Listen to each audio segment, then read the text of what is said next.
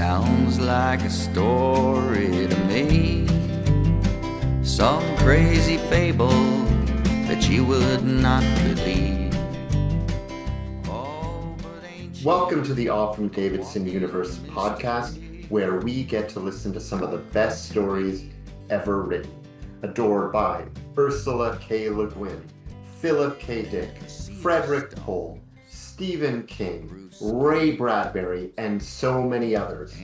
Each episode, we are going to listen to an amazing story, have some great guests, and we also welcome great guests. So once again, welcome to the Avram Davidson Universe. Welcome to the Avram Davidson Universe. I'm Bob from Wheel of Genre and joined today by Virgil from Literally Books. Hi, Virgil. Hey, Bob. How's it going? Pretty good. We're reading The Caravan of Illiel today, and we have lots of things to talk about in this. Virgil, why were you interested in reading Caravan of Illiel in the first place?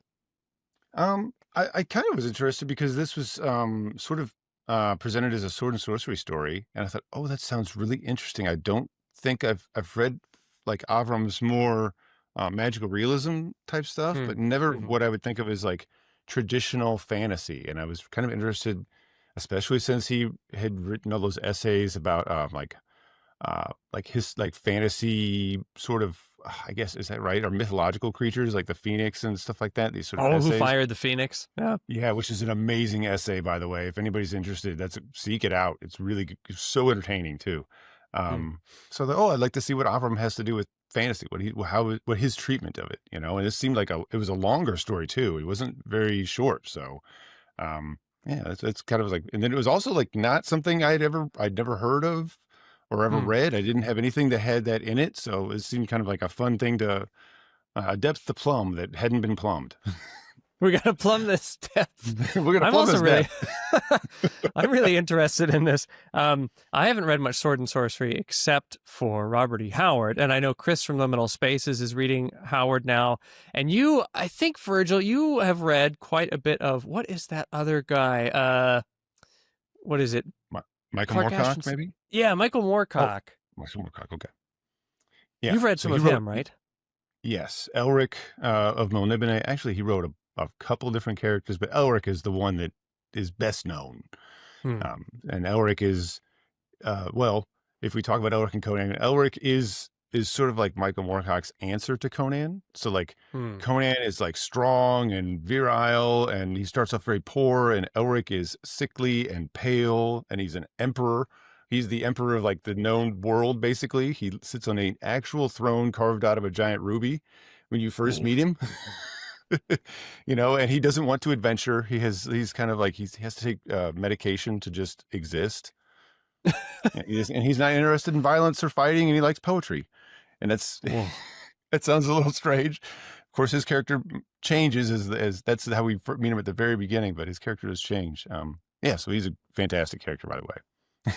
Those are great stories. I don't know if anybody needs me to sell them to them, but there you go.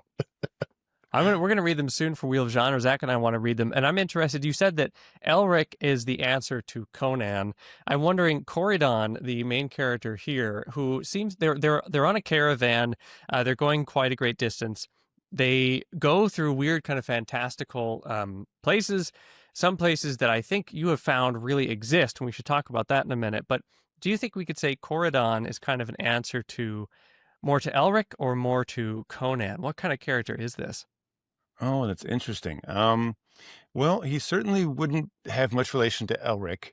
He seems like he's not very.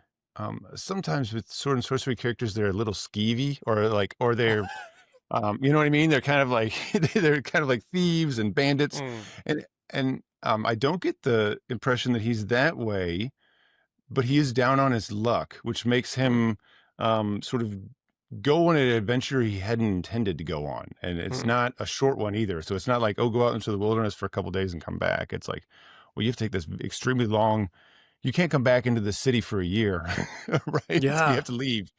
Yeah. So he's kind of, the story is a weird, it's kind of interesting because it's not precisely sword and sorcery, but it's not exactly fantasy either. it takes an interesting position between those, and also a little bit historical. Um, it has that, but I say that, but then it also has a lot of mythic elements to it that I think are great. We'll talk about it when we get there, but yeah, I think not somebody who's charging out to go and fight stuff, but someone who has sort of adventure put upon him, like a thing that he has to deal with or cope with. So I guess that's kind of more that. Well, I guess that's a little bit more like Elric in that sense, where Elric is not exactly excited to go on an adventure. He sort of is thrust into it. And so that's kind of our hero's problem. So maybe there's a little bit of that there too. Another adventure. Another adventure. When we come back, let's listen to the story. I'm really curious. I've got a couple questions for you. One is this an accounting story? When we read, and don't forget the one Red Rose, we thought a lot about the exchange of money and what is value and how do we value things. This feels like, how do we value life and what do we count as what is the adventure worth? Like, why do you go on an adventure? Is it for accounting? Is it for bringing goods? Or is it the experiences along the way? But let's listen now to the Caravan of Illiel, and we will come back and discuss more. Caravan to Illiel, written by Avram Davidson. Narrated by David Pickering. Corydon, the son of Corydon, sat upon the wharf at sea-girt, wyvern-haunted Styr, moodily contemplating his empty belt, which lay loose and uncoiled between his feet, where he had thrown it in a fit of anger and despair. Black and slick was the belt from long usage, for he had gotten it when his first beard was growing a decade ago. But any glance more than the hastiest would have told a thing or two about that belt. Left front, for one, it drooped, and there were marks upon the leather. To the right was a thong, and this, where it emerged from the serpent knot, the men of Styr know well the art of tying the serpent knot, showed a tag end exposing the original colour of the skin. One did not need the 7-year apprenticeship of the augur or the divine madness of the oracle to read these several signs and tell their meaning. The thong had once held a purse, and from the purse Corydon had been wont to pluck the piece of silver and the piece of gold, which thrice a year, once on the calends of March, and once upon the gules of August, and both were set times according to immemorial custom, and once on any day which might be demanded, though demanded thus but once a year, Corydon, as it might be of any man not of the co-king's guard, had to pay for the privilege of wearing a sword within 1 league of the land wall of the city of Styr. The purse had been made from the scrotum of an aurochs, and was the great gift given him by the same spell-woman of Scythia with whom Corydon, who was well made and by no means ill to look upon, had spent a 12-month in dalliance.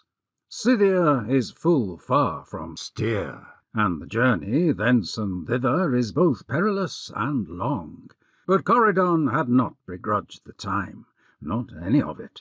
The purse was more than merely commodious, for it produced 2 pieces of silver and 1 piece of gold each and every month for the mere thrusting for them, a gesture which the spell-woman had perhaps had in mind when she had wrought and sorcelled it for him, saying, as she placed it in his hands, with her invariable faint smile, "When this thou see, remember me." And he had said he would. And, of course, so he did. Not 1 day more than 1 week earlier, Corydon, strolling with his proud swordsman's walk down the great middle way, which bisects Styr at an angle determined by Geat the geomancer the day of the city's foundation, Corydon, walking in all his manhood down the very middle of the great middle way, had heard the blowing of the conch horns by the co-king's guard, had seen their patrols tapping swordsmen with their scarlet wands, had reached with a slight show of amusement and a slight show of boredom for his purse, had found the purse gone, and but the tag end of the purse thong where the cut-purse had cut it, and a curse upon his mother's navel, and may wild goats soon void their stale upon his new dug grave, had swift as rage and swifter than thought clapped hand to his sword as he spun about. Soft and gentle the tap-tap of the scarlet wand. As useless argument here as argument before the face of the wizard of death. Take that one sword.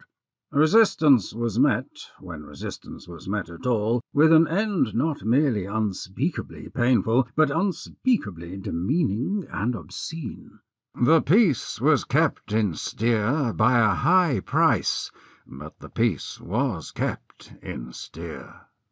Corydon had no mind to play such games as slinking round with a mock hilt in an empty scabbard.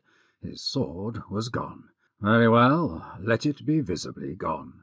Nor did any voice mock at him, as voices sometimes did at some in such straits, usually from behind the elaborately latticed windows of the old stone houses of Styr. Had any dared do so, he might well have, leaping, ripped out the wooden lattice, and there was, after all, no tax on having hands in Styr. He might, for much less than a piece of silver and a piece of gold, have bought the cut-purse's name in one of the shabby and stinking wine-shops which clustered in Styr Old Town, near the port, like flies about a dead dog, though Styr Port was not dead. Dead cities there were and are, but Styr was not yet one of them. He might have bought the name for a stiver or a groat. Of course, he had neither stiver nor groat any more than he had the purse which held them. The sea was the colour of his green-grey eyes, and here and there small boats and rowing barges plied to and from the great tar-black hulls of the cargo vessels moored out in the channel. Yonder galley-pot held ware of terra-cotta, from huge amphorae to tiny votive lamplets. The narrow sailing craft beyond her, as the breeze even disclosed, was laden lightly with unguent of nard, stored in flaçons made of the small horns of yearling goats, each one costing the price of a Scyth's slave. No cargo less precious would make it worth while to send so slight a craft so far. Beyond these twain ships stood at anchor a vast sea-mother of a ship, a sort of sea-sow, with piglet boats nuzzling all alongside of her, and receiving, sack by sack by sack by sack, the cargo of grain, millet and wheat and barley and spelt, rice and rye and pan. Fisher boats slid down the channel, in from the islet of the reef. Rust-coloured sails slipped up, slipped down. Skiffs like scrannel dogs made for each one in turn, eager to snap up cargo of tunny and eel and squid for the fishmongers. Searching fishwives even now standing on the middle mole and clamouring for the cargo. Warships, men-o'-war, there were of course none here. They had their stand in the arsenal port, clear beyond the point and out of sight. Pomegranate rinds, chaff, husks, bobbits of clush and clutter floated on the sluggish waters of the inn-port, struggled half-sunk beneath the sullen swell. Corydon half felt that he might as well be in among it, amongst the muckle muck and the port trash. Should he offer to cut bait and haul nets for a supper of fish bones and heads chowder? He who had worn a sword proudly down the very middle of the great middle way? Bend his back as a grain porter? Sign aboard the potter's boat as a landsman for a landsman's keep, making his sign in the soft wax of the master's tablet? None of these made much eagerness within him. True, he did feel some slight stir of interest when he observed the knife-narrow lines of the Nard ship, but this was, all such were, manned by foreign crews indeed, men with golden skin and loops of jet in their earlobes, slightly built folk with arm muscles like wire rope, speaking a sing-song speech which no one even made show to understand, and clad in light tunics bordered with coloured thread in odd design. They gave no sensible man cause for affront, save that they sold much and bought little, often departing with iron rock for ballast. And certainly they took on no hands here in Styr to haul their odd-shaped sails. Corydon sighed, half rose, sank down again upon the rock bench, worn smooth by centuries of sitters, gazed along the line of mossy wharf. That way lay the arsenal port. There he might try to see if he was wanted. The leech craftsman for the war vessels would strip him bare as a slave for sale, examine him as the copers examined trading horses, grip him in his private places, and bid him cough. Did he pass the probe, they would shave his head and body and send him off to the Isle of the Sands, and there keep him for long and long, the while he trained and trained. And of this schoolery in weapons and in warcraft, and of its bleak severity, he had heard much, but not much which was pleasant. He leaped off and up and spun around, but even before the motion was complete he had swallowed his annoyance, for he had seen that the tap-tap on his shoulder had, again, come from a scarlet wand. Holding it was Euphrastes, a warder of the co-king's guards. "Ah, Corydon, shall we stroll a ways together, then?" asked Euphrastes. He was a Styri of the Styri, and the folk of Styr are ever dulce of speech. "Certainly, if it would please the warder Euphrastes." Corydon the father had come as a lad from the land of bulls, but Corydon the son was bound to show no less smooth a manner for all of that. "A bit of a stroll, only a saunter, as it were," said Euphrastes lightly. Nevertheless, it was he who chose the way and the direction, which was underneath the arches of the wax warehouse, and thither to the lesser west way, which might lead anywhere. "You are certainly a man, Corydon, and not merely a man-sized boy of a man's years. It has been observed that you have borne this recent change in fortune and in circumstance with a man's patience, not tossing down begged-for cups in wine-shops whilst making moans and threats. Such is the law of Styr, and men must make their way under law, else we be but as the wrynecks who have their dank homes in the holes of the rocks. Many 100 years of observation have shown the municipal fathers that 2 things were sure. 1, that neither the house of Gilead nor the house of Harth would yield aught in their claims for the kingship. 2, that a man with money but no sword was safer than a man with a sword but no money. For if I be but cheated today, I am still alive tomorrow, the god permitting. But if I am slain today, I am still slain tomorrow. Therefore the municipal fathers, which same be called philosophers," Euphrastes was sometimes prolix, but much must be forgiven one who holds office as a warder of the guards, "enacted 2 great and good laws. 1, that Harth and Gilead alike should wear a crown and sit upon adjacent thrones, the elder of the twain being but first among equals. And 2, that a man who lacks money should also lack a sword, at least within 1 league of the land wall. These laws having been at once recognized and accepted by a universal acclamation." Here Euphrastes bowed slightly to a passing matron whose face was modestly draped in an absolutely transparent gauze. "The great city Styr has ever since been quite free of all civil disorders soever. Is it not so, Corydon?" "Who would deny it?" asked Corydon, rhetorically, elliptically, and, to tell the truth, just a trifle glumly, he being after all over young to make a philosopher. Still, Euphrastes bought a pair of posies from a flower woman, and he and his companion held one each to their noses as, with brows politely raised, they continued their stroll past the fish market. Still, it was more or less as the warder said.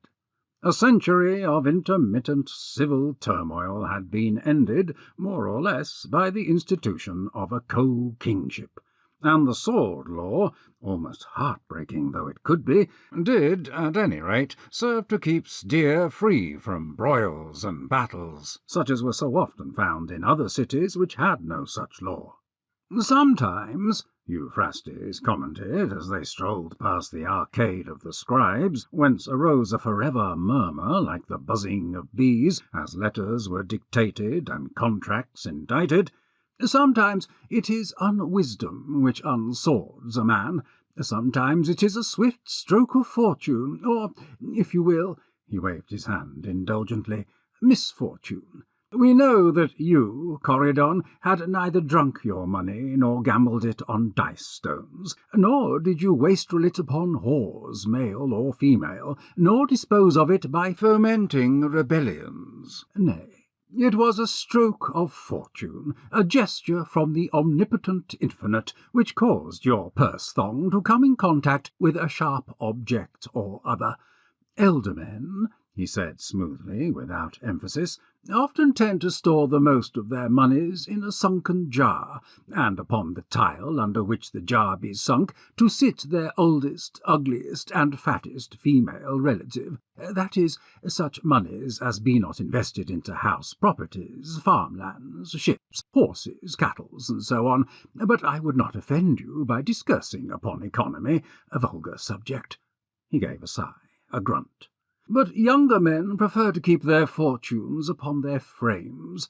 This often is futile, and often it is otherwise.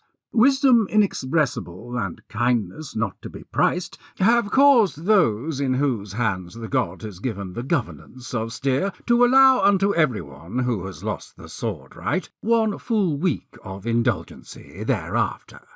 He smacked his lips and sucked in his breath, and slightly he shook his head at the thought of such benevolence. Other cities, other potencies, might suspicion that a man deprived of his sword could in 1 week plot mischiefs to recover it, or precisely the money to recover it, but not Styr. Corydon stifled a slight sigh. He had recognized the flower-seller. That is to say, he had known her very well at one time. That is, he had wound up all the business he had to wind up by saying good-bye to her. Sometimes she sold posies, sometimes she sold peaches, sometimes she sold pomegranates, she sold whatever was in season, and sometimes, often, she sold another commodity which almost always was in season, save, of course, for a very few days each month. And so, Corydon, your week's indulgency being up almost to the very moment, I could not deny myself the sentimental pleasure of a final stroll with you ere you depart. Do not think ill of other cities and their citizens, Corydon. However brute and barbarous the ways of them will seem, be tolerant. And you will, of course, and I am certain I need not say, said Euphrastes, upon finding out, as I do fear you must and will, that their laws may lack the essential clause forbidding anyone so exiled from returning in less than a year, under penalties the most strict, stringent, and unsuspendable, do not sneer at them for their weakness. Conceal your smile. Make the best of it. Fare thee well, Corydon, son of Corydon. May the sun ne'er afflict thee, and may no jackals gnaw thy bones. Watch your feet.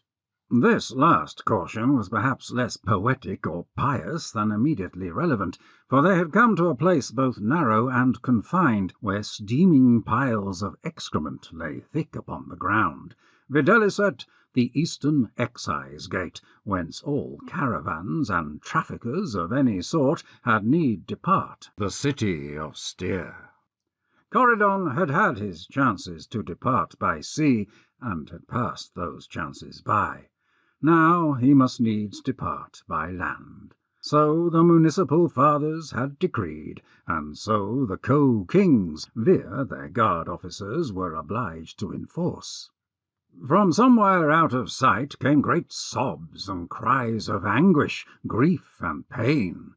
Corydon shivered, though the air was mild. In fact, confined in the narthex of the eastern excise gate, it was stifling. Was some poor wight who had returned untimely in defiance of the benign law even now being impaled by bankrupts? The cries ceased abruptly.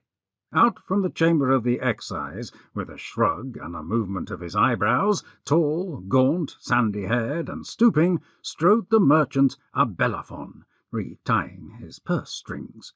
Catching sight of Euphrastes, he cried, "Another such payment of export tax, and I too shall join the ranks of the bankrupt and be obliged to defile myself and my seed unto the 5th generation by impaling recusants. Filthy task! The God, what cruel law!" He stopped short as he made this plaint. The man coming behind him almost walked into him. Almost, not quite.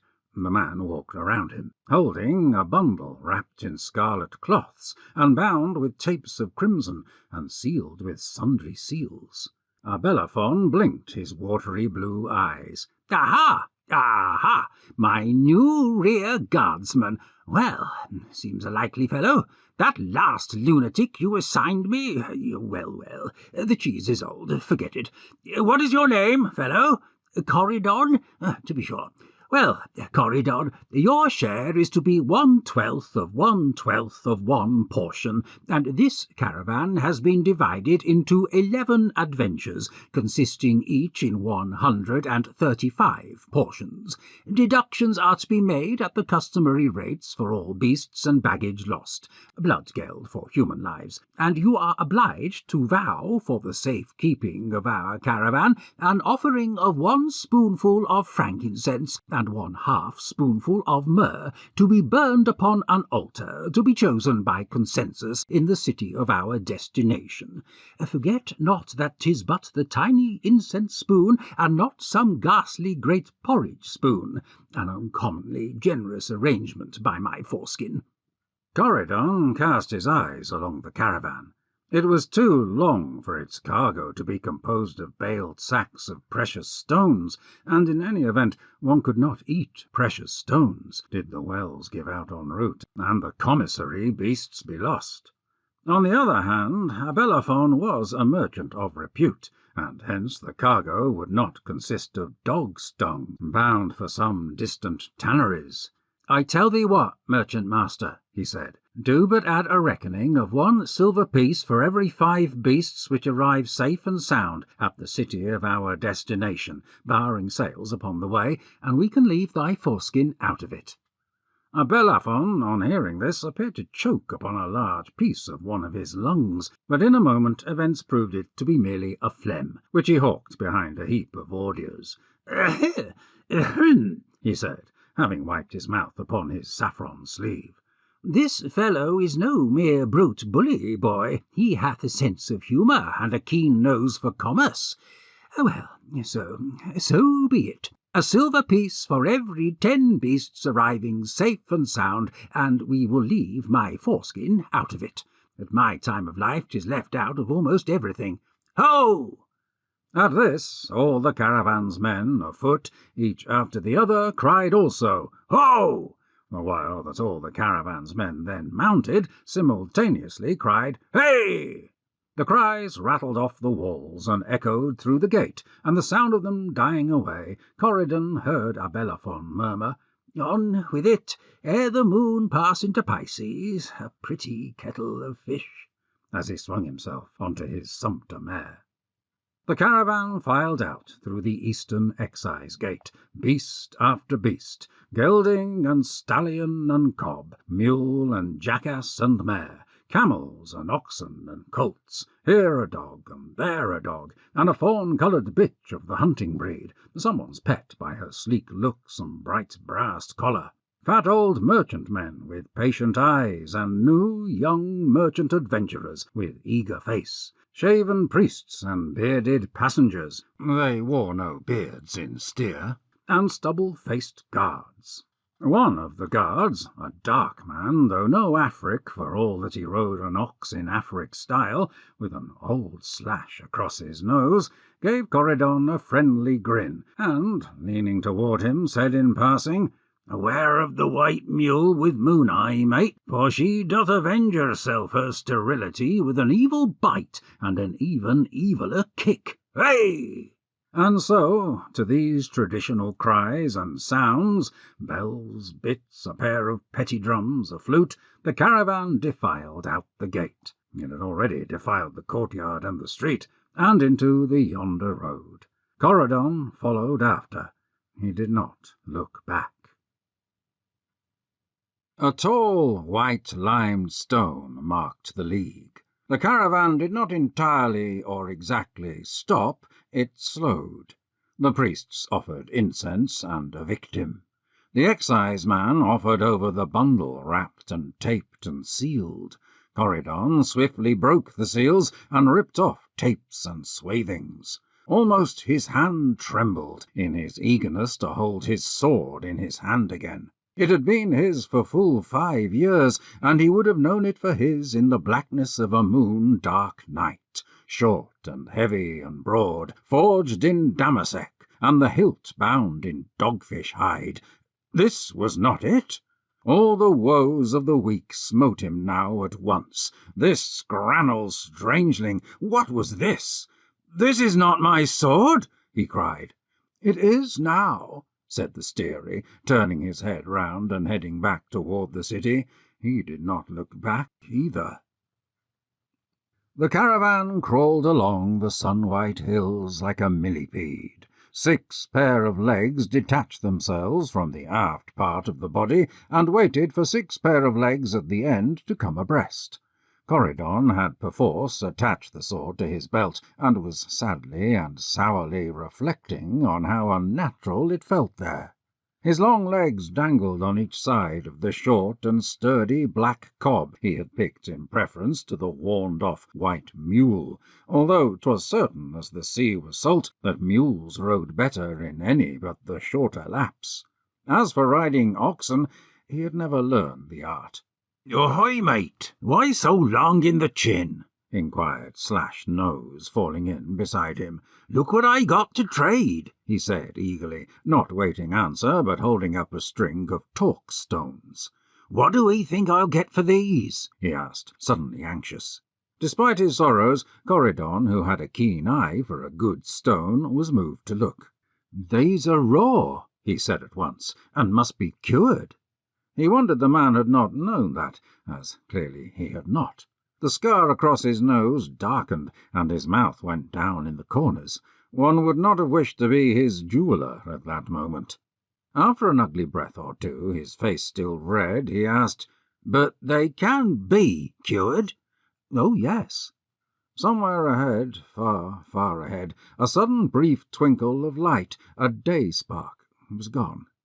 The ox-rider woofed his relief, became suddenly cheerful again. "The God be with you, mate. But say, Tell, what was your complaint?" Corydon wordlessly removed his sword and handed it over, belt and all. The belt, at least, was the same belt. "Well, as my name is Didius, the son of Memnon." He ran a practised hand over the equipage. The wooden sheath was fairly new. The upside had barely weathered. The downside, however, had evidently slapped long and often against a none too clean thigh, well anointed with some sort of grease. Didius raised it to his nose. "Butter," he muttered, "but not scythe butter. By your leave." And swift he drew the sword. The blade was longer and more slender than the broad, short swords of the coast. The hilt was also wood, unbound with anything to afford either a better look or a better grip. Didius tapped the hilt with a finger. "Magpies set in that tree," he said. The hornbeam was, by preference, named as seldom as possible. Now Didius turned his attention to the blade, grunted. At once, gloom swallowed by interest, Corydon moved his head so swiftly that his mane of brown curls rose and fell back. "What do you see?" he demanded. Didius's finger this time did not touch anything. Merely the thick nail hovered over what one might have taken for mere scratches. "Smithy marks?" "No, mate. Say, what's your name, mate? Corydon?" "No, Corydon. These are sooth signs. Seen them before, I have, though I forget exactly where or when. Odd work, this sword. What's about it?" And so Corydon told him what was about it. The caravan wound over and around the bosom of the hill. Far behind, the sea glinted at them. A grey smudge, which was steer, fell out of sight. Half Corydon wondered when he would see it again. Half he did not care, he told himself, if he ever saw it again. Didius returned the sword. He seemed pensive. "Well, well," Corydon said, "I suppose I must make the most of it. However, as the excise-man gave it to me, and I gave him no copper in return, I'm afraid that it has already cut our friendship." Didius snorted. "That's right, mate. The right spirit. We've got a long journey ahead of us yet, and we'll need all the laughs we can find." "Why do you ride an ox, Didius?" "I'll tell you why. An ox rides easy, and when you've fastened your ass to the saddle as often as I have on longies like this one, you'll want the easiest ride you can muster. Not the best looking, not the fastest, because a caravan moves at the speed of its slowest member. The easiest." His nostrils played out, and he took in a deep breath. The wind was away from them. They did not smell the strong smell of the cafle itself, just the haze of dust which still hung in the air despite the breeze, and the smell of the trampled grass, the herbs off and down in the bosky. "And as to why I ride this particular ox, Juno is her name, she's really a free martin, why, it's because she's got such a cunning muzzle on her, such a clever nose as you might not believe as yet. Right just before now I saw her lifting her head and giving a snuffle. I can't say what it was, you can't say what it was, but by and sooner or later we'll both know what it was. Let's scout round a little bit, eh?" They scouted round a little bit, swords slapping thighs, signal horns bouncing on chests. Never a sign of stranger, beast, or man did they see, nor that night in their first encampment, nor the next morning, till noon. That must have been the brief flash, the winkle-twinkle of light, Corydon thought, seen yesterday, and what the ox scented. The man had driven his lance into the ground, one would have thought, with his last bit of strength, had one not wondered how, in that state, he could have had any strength at all, and had somehow, gotten his helmet atop the butt end of the lance. Yesterday the flash of the helmet in the sun had been too distant and brief. Today it had drawn a rider off the trail to investigate. He had come back full soon, full grim, had spoken in tones low and swift to the cafle-master, whose head had snapped back in an instant. Bellerophon had then beckoned to 3 men, of whom Didius was one and Corydon another, and the 5 of them, Didius this once on a borrowed horse, saw what there was to see. The dead man's horse was still near-by, but it was a mercy to dispatch it, and dispatch it they did, Bellerophon thoughtfully sending the butcher back to take the better parts later.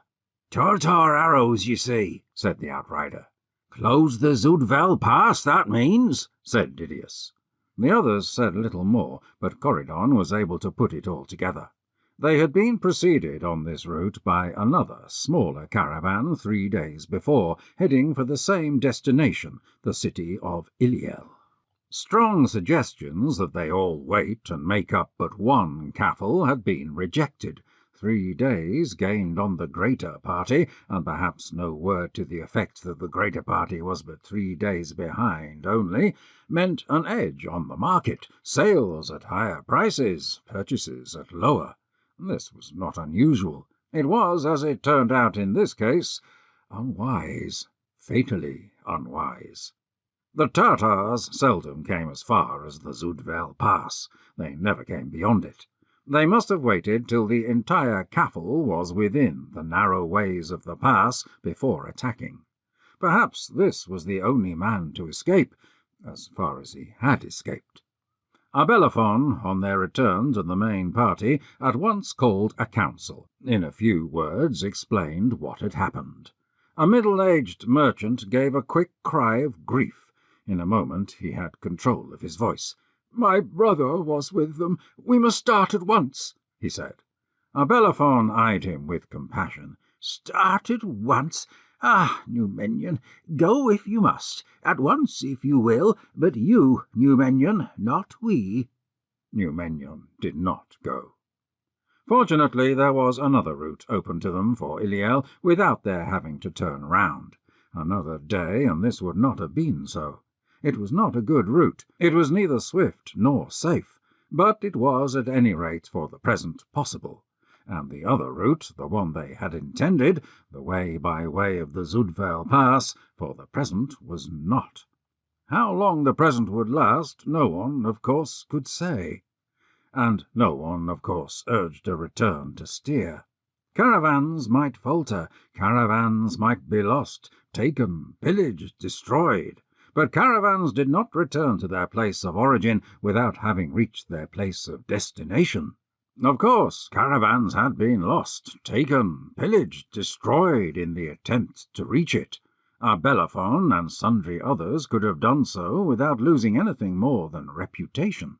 Many others dared not do so, because the loss of time would have meant the loss of ventured investment. Having no wealth save that in their packs, there being no point in trying to resell, at other than a loss, where they had bought, the return and delay would have meant the eating up of their venture, and so, eventually, beggary. The risk of death and slavery was better. Few of the caffle's men could write. Those who could might as well have written risk for Caravan and saved space. The two amounted to the same. A sage Brython had once observed that being a seafarer was like being in prison with the added danger of being drowned. What might he not have said on caravans, had they such in his own land? On this Abelaphon said nothing. What he did say, with a grim look about his mouth and his red-rimmed eyes intent to Corydon, was, "Rear guardsman, this journey thou wilt earn thy sword." They had planned, by 2 days more, to have been on the road into Vast Valley, where the herdsmen come down from the hills and offer fat cheeses, oozing oil and milk, for sale. But Vast Valley was not for them this time, and though there were a few who sighed and swallowed as they thought on the cheeses, likely they bethought them also that cheeses are ill appreciated by those who lack tongues, or even heads. 2 days more saw them enter, instead, the wide uplands of Arhadamanthia, strewn with gravel and with rocks and stones. Here a dour, suspicious race took grudging toll of them in the form of crumbles of slab salt. And that night, as the caravan settled down for the night, and the dying glow of the dull red sun gan to be matched in miniature by the growing glow of the dull red dung fires, Corydon became aware of folk gathering on a hill not afar off, and he called this to the attention of Abelaphon, who said indifferently, "'Tis nothing," and yawned, and then said, "Well, 'tis something, true, as you have never seen it before. Wait, watch." Anon the sun sank, and anon the moon rose, and from the summit of the hill arose with it such a howl of outrage and of hate as shocked Corydon, watching and waiting though he had been. The Arhadamanthians cursed the moon, they shook their fists at it, they flung stones at it, and some e'en shot their arrows and cast their lances at it. "Why, what is this, and what is this?" Corydon asked, almost dismayed. Didius grunted. "They curse the moon," he said. "It is their religion. Why not? Is it not logic? If there be those that bless the sun, must there not be those who curse the moon?" Said Corydon, "This is logic chopped fine indeed. The sun brings benefit, but what harm brings the moon?" Didius shrugged, flung to the dogs a well-chewed bone, licked his fingers.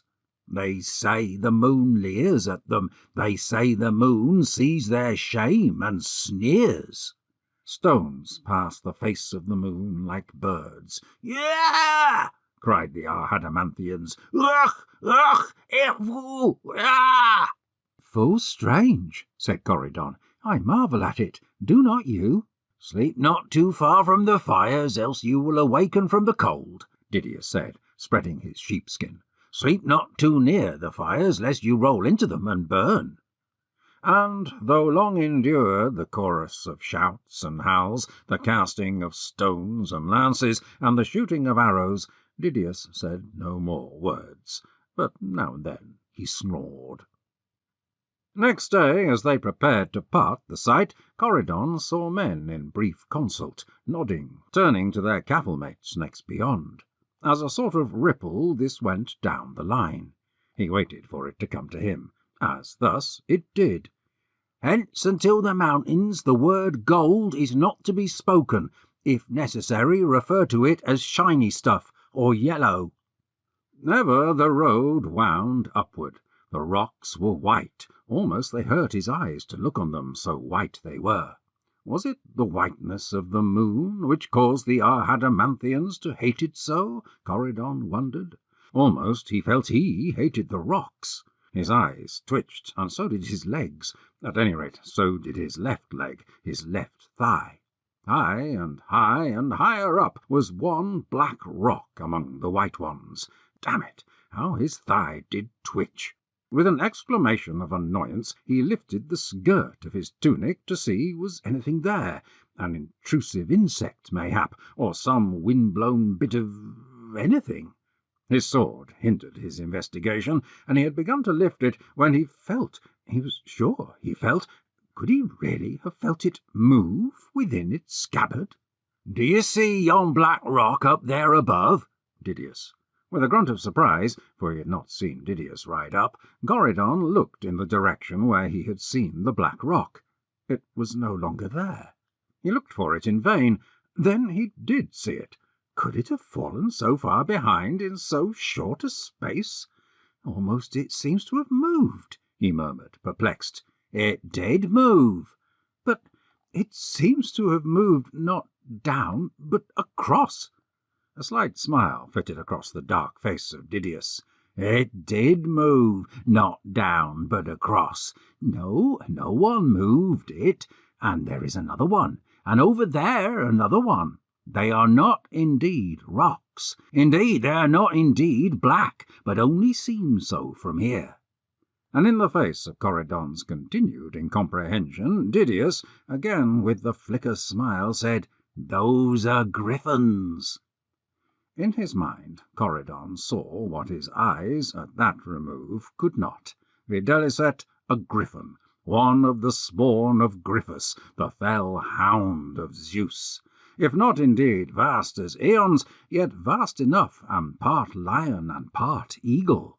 He saw the huge wings, the colour of thunderstorms, saw the great talons, sharp as scimitars, though much, much longer, the sombre, deep-set, darkling eyes, veiled and hooded behind no less than 3 transparent membranes, one for that dust and sand be kept without, one for to act as does a globe of water or an enlarging slab of quartz, and enhance vision e'en beyond the far horizons, and one for that they might gaze full into the face of the sun itself.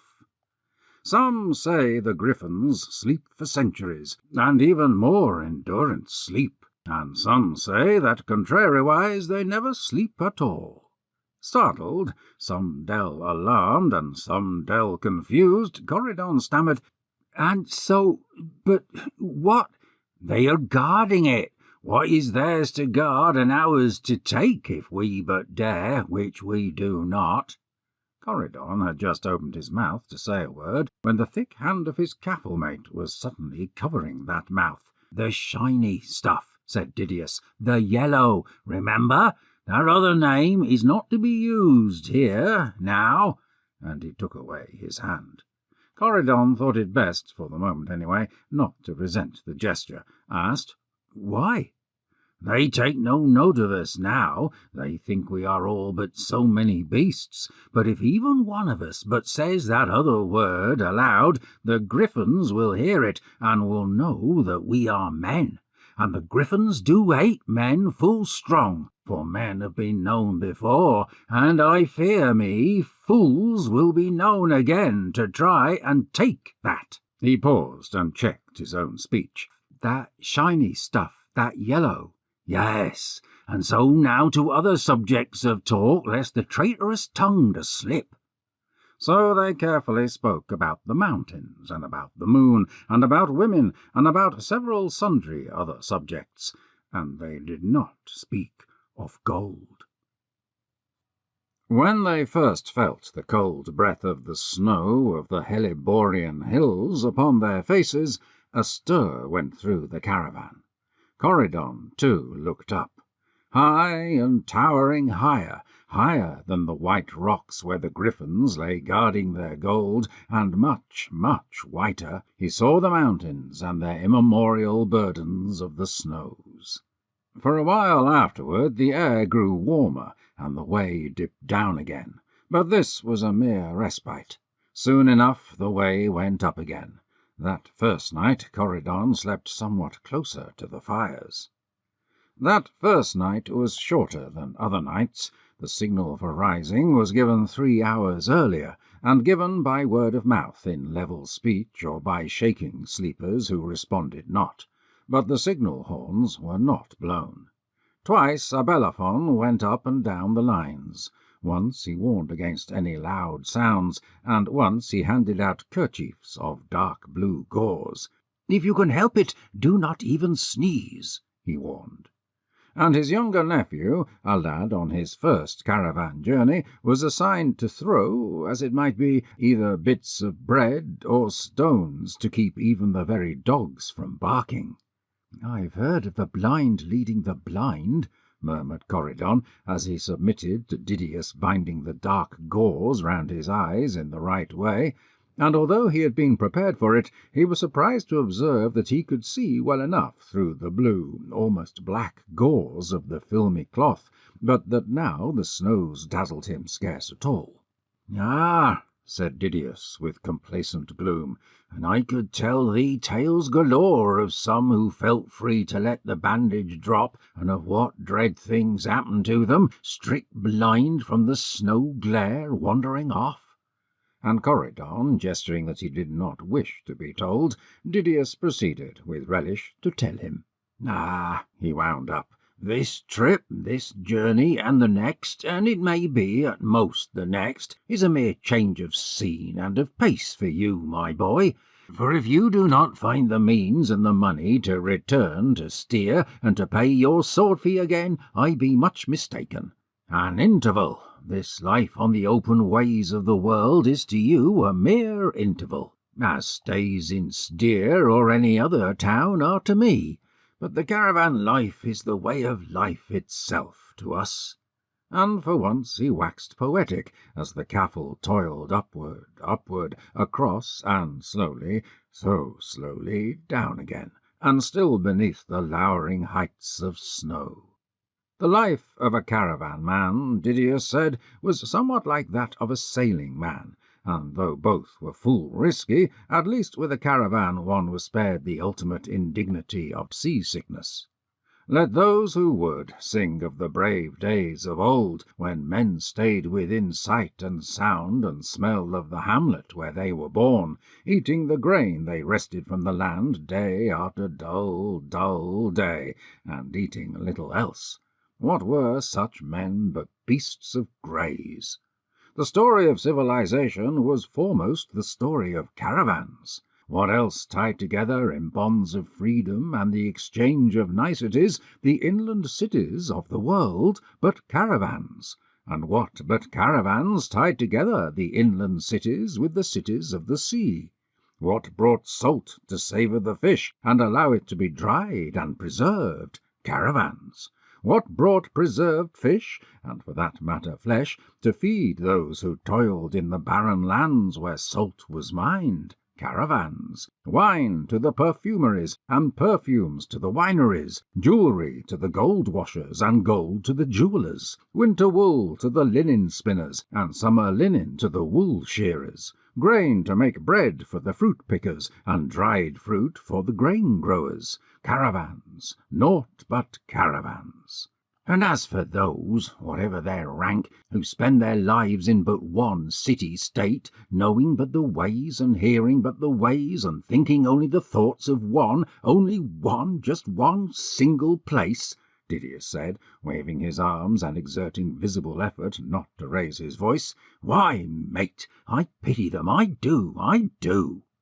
His arguments were persuasive, but he addressed his morning's victuals strong with garlic, an item also carried by Caravan to savour the food of lands where garlic was not grown, and so Corydon, not desiring to offend by merely turning his head aside, instead turned it and his mount full around, with a murmur of taking a look to the rear. His short exclamation, his abrupt gesture, brought the speech of Didius abruptly to conclusion. Several things happened then, almost at once. Corydon felt his left thigh thump. Didius, low-voiced, said, "They followed."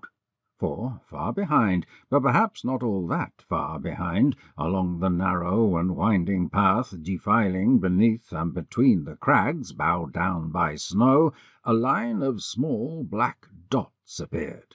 Corydon, urgent, "Tartars?" Didius, aghast, "Tartars!" And more, endless line of black dots appearing. "Go fetch a Bellerophon!" Didius did not waste the moment with words as, "I am senior to you," or "What should I tell him?" or "Go fetch him yourself," or "Who are you to give orders here?" Didius went, and neither did a Bellerophon give vent to useless spleen or pride on hearing that a mere rear guardsman had summoned the captain of the caravan. A Bellerophon came at once. Few words were spoke. Attempt of the entire caravan to outrun the pursuing Tartars was certainly vain.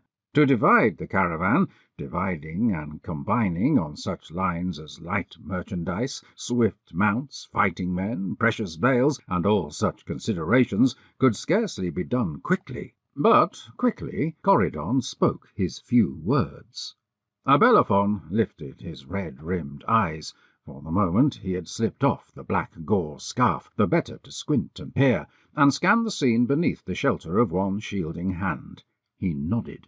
They waited, half holding in their breaths. On and on behind, but heading forward, the black dots emerged into sight from behind whatever distant mountain spur thrust forth into the curling road. But wee dots they were, yet all knew full well what manner of man each dot was. All could see them as plain and clear as though painted in coloured wax and set before their faces. Tartars! Tiny black eyes beneath fur caps, scarred cheeks, teeth filed sharp, short, sharp spears, wiry and untiring ponies, round whose rough necks bounced vile necklaces of babies' skulls. Another dot emerged, and another. Half the watchers held their breaths, and then no more. And then no more dots came into sight. The end of the pursuing column was in sight, although already the head of it had vanished behind another curve. A Bellerophon cried, "Ho!" And without thinking, half the caravan cried, "Ho!" And without thinking, half the caravan cried, "Hey!" A Bellerophon thrust horn to mouth, filled his quivering cheeks, and blew with all his might. Corydon, Didius drew their horns, and sounded them full strong. Heads turned, astonished, but habit was strong. Up came every horn to every mouth. Boo, boo! Bee, bee! Baw, baw! Silence. Echoes. Now see a Bellerophon, hood slipped half off, scant sandy hair a-flutter in the chill breeze, galloping up and down the caffle line, whipping at each beast as he passed. Here a Bellerophon, the captain of the caravan, as he shouts and screams, "Tartars! Enemy! Pursuit! Flee! Speed! Death! Life! Oh! Ha!" What shouts and cries, what floggings of mounts! The horses gallop, the mules trot, the asses run, the camels lumber, and the oxen lurch. What sounds of alarm! What sounds urging speed! What sounds! The sounds fly up the ragged canyon, where already the sounds of the first ho and hey have flown, where already the sounds of the blasts of the horns had sped, high, high, higher, high into the towering snows. The snows flinch, the snows quiver. Tormented by the staggering sounds, the snows release their hold.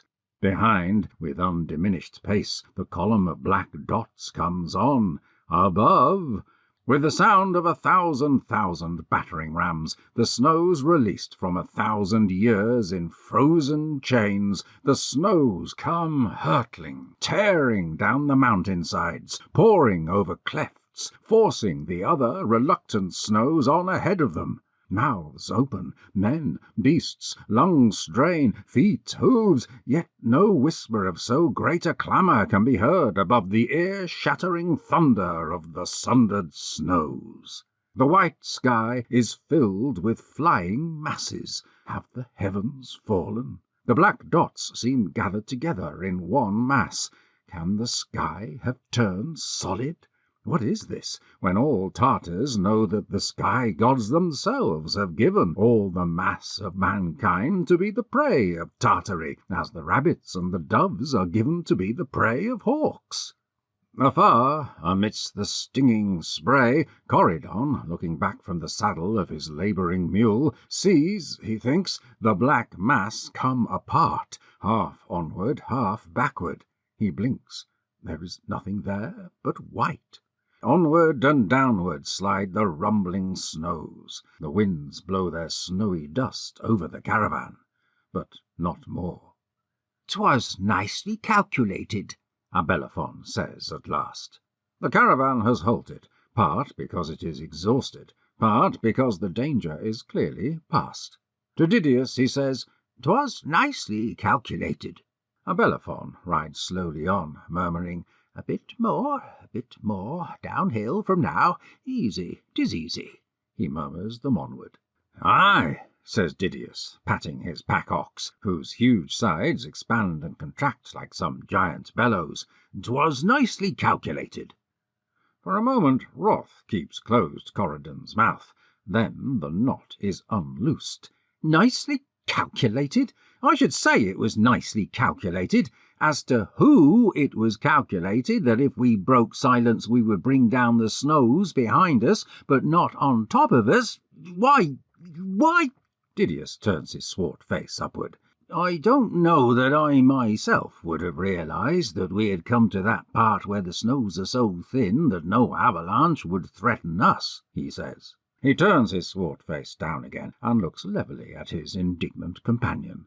Thinly, swiftly, he smiles, leans over and pats his companion's right leg, says, "No laurel grows in these latitudes, mate, but if dried laurel leaves will do, best see Anton, the herb merchant. Perhaps he can fashion thee a wreath," and rides on. Corydon allows the outraged pride to ebb away. After all, it had saved his own life too. After all, it is all in the day's work. Blankly he looks at his right leg, slightly puzzled, as by some other thought which will not come centre to his mind, he turns his eyes to his left leg, his left thigh, his sword. Something about his sword. What about his sword? Damned, skinny, strange sword. It is, after all, it is not his own sword. Slightly sullen, he knees his mount. One half-glance he sends behind him. He then rides on. As though relaxing, not from the danger past of death, but from the simple necessity of having been confined to the narrow way through the Heliborian hills, the caravan for Illiel, on descending onto the highlands next beyond, spread easily out into line more horizontal than vertical. No one, for now, needed tread the dung of the beasts before him. The new spring grass had begun to send its green prickets up through the soil, and Abelaphon did not urge full speed, but let the animals move slowly at a grazing pace. It was but for a day, and if the animals did not know this, be sure Abelaphon did. 2. If Abelaphon had not praised Corydon to Corydon's face, it seemed certain that he had given the credit for the saving stratagem of bringing down the snows by sound where it was due. For Corydon found that many a face which had gazed at him with indifference was now turned to his direction in full friendly approbation. He was invited to sit at more campfires than he could make shift to manage, and asked to dip his cup and spoon into more cookpots than even his healthy, hungry belly could arrange to accommodate. Faces he had only seen now became names. Names which he had only heard now became faces. Anton, the herb seller, made him free of all the condiments he could want.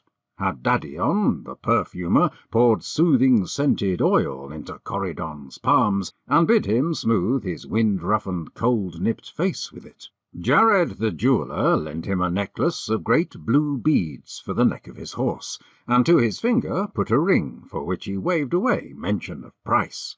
The metal may not have been of the purest, and a close eye might have observed a flaw in the stone, but 'twas but the tiniest of flaws. It had been a while since Corydon had had a ring. He had once had many of them, a gift from... but that was in another country, and besides, he had sold them all of them, for the money he had put into the purse from which he had drawn not only bread and meat and wine and oil and lodging, but the piece of silver and the piece of gold, with which thrice a year he had paid for the right to wear his sword in steer. "Stay close to the road when we descend into the lower lands ahead," cautioned Jared, a man of a certain ugliness, with a warty nose, but no fool for any of that. "I shall. Say why?" "Why? Why, because the pygmy wild men will shoot arrows at thee if thou dost stray, is why." "An arrow is a good reason indeed," Jared grunted. "They have many such reasons in their cat-skin quivers. Their arrows do be but reed, and their bows be scrannel and bent. I know not who taught them to make such ill bows, but I know who did teach them to make the poison in which their shafts be dipped. 'Twas Devil himself, aye, the very demon." Here Jared went tup, tup, tup, and spat 3 times.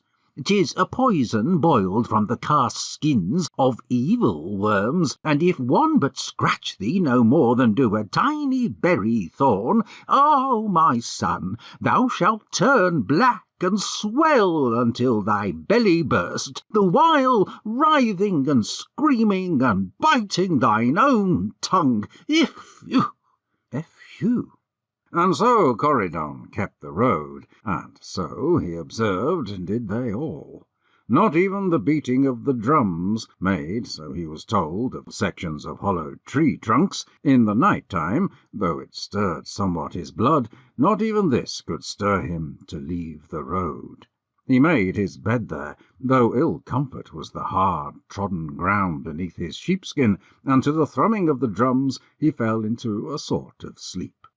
He was sure he had not fallen full a slumber, and the thump which waked him he took with ill grace for a summons to rise for his stint at guard, and it made him grumpy, for, a rapid scan of the sky of night informed him, the song-stars had not risen yet, which were to be the sign his watch's hour had come.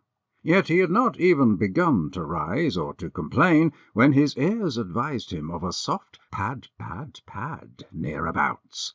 It was lighter than the tread of a man, yet not at all like the tread of any beast heavy enough to... It took no more, next instant, for him to draw his sword than for him to draw his breath. Something lightened in the darkness. He saw a pallid figure the size of a child. The thought flashed across his mind, oh, shame to slay a child! And his sword had met flesh and passed through it. A low, wailing sound, checked at once. At once someone was at his side. Someone with a stick of wood barely alight, hastily snatched from a ward fire. Didius. Corridon, mate, a bad dream? Stand still. Give me the splint. Didius handed it to him. Corridon got up upon his sheepskin and, thrusting forth the bit of wood, having blown once upon it, peered into the darkness. Ah, said Didius softly. Almost at the foot of the slumber pad, and in a small puddle of blood, a severed hand. oh, whoa, Corridon said. It was a child. No, said Didius, you have never gotten and will never get, nor I, such child as that. 'Twas a pygmy wild man, mate, a white pygmy, as some do call it, although never have I seen or heard that there be black ones, full grown enough to have slain thee. And look!" Here Didius thrust into the darkness with his lance and dragged something somewhat closer. Corridon bent the burning stick in the same direction and saw a broken reed with a bit of bone shard bound to one end, and the reed, whereabouts the shard of bone was bound to it, a sticky and oozing greenish black. "It would have shot that fatal arrow. You would be dying now, mate, dying the ugliest death and most painful too that man can know. Better to be impaled, better to be flayed." Corridon swallowed a noisy lump. "Had you not poked me awake," he said, "we are even on the matter of the snows, more than even, for that would have been a swifter and a cleanlier death, and—" But Didius, withdrawing his lance and leaning on it, looked at him, dark face dancing in the dancing flame, yet all serious for all it danced. "I poked thee awake? I never touched thee. I never came nigh nor near." There was silence. Corridon asked, "You never touched me? It was not you who waked me? But surely it was you who threw the burning splint to give me light to swing my sword?" Again, dumbly, astonished, Didius shook his head, no. The sound of the tom-drums had ceased. The night was still. The air was dead. Nothing stirred in the blackness.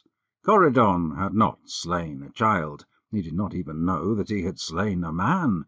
Struck, yes. That the wild man pygmy might die of his hurt was a certain possibility, but he had brought his wound upon himself. Corridon had kept the road, had not ventured an ell nor an inch off of it. The land was the land of the wild men, the pygmies. The road through was open to all, and— "Then what," Corridon asked, half of his friend and half of himself, "what or who did strike me awake? And who or what did make that slash of light for me?" he exclaimed upon a sudden thought, dismissed it. "'Tis the wrong time of year for a heat lightning." He bent his brows into a frown of thought, yet the thought trickled away. He gave a sudden sigh, a shrug. Didius straightened up, moved his lance. "This is a strange land, mate," he said, his tone almost matter-of-fact this time, "and several strange things may happen to us before we get us out of it. Finish your sleep, then." He pressed Corridon down upon the sheepskin, moved off. Over his shoulder he called, "And all in the night's work." Corridon must have fallen asleep even before his cheek had snuggled the tangled fleece curls down. He woke to see the song-stars all a-shine, rose up and took his watch, pacing between one small fire and another. And so the pale dawn found him. Presently they came to a land where there was a plain all steaming and smoking.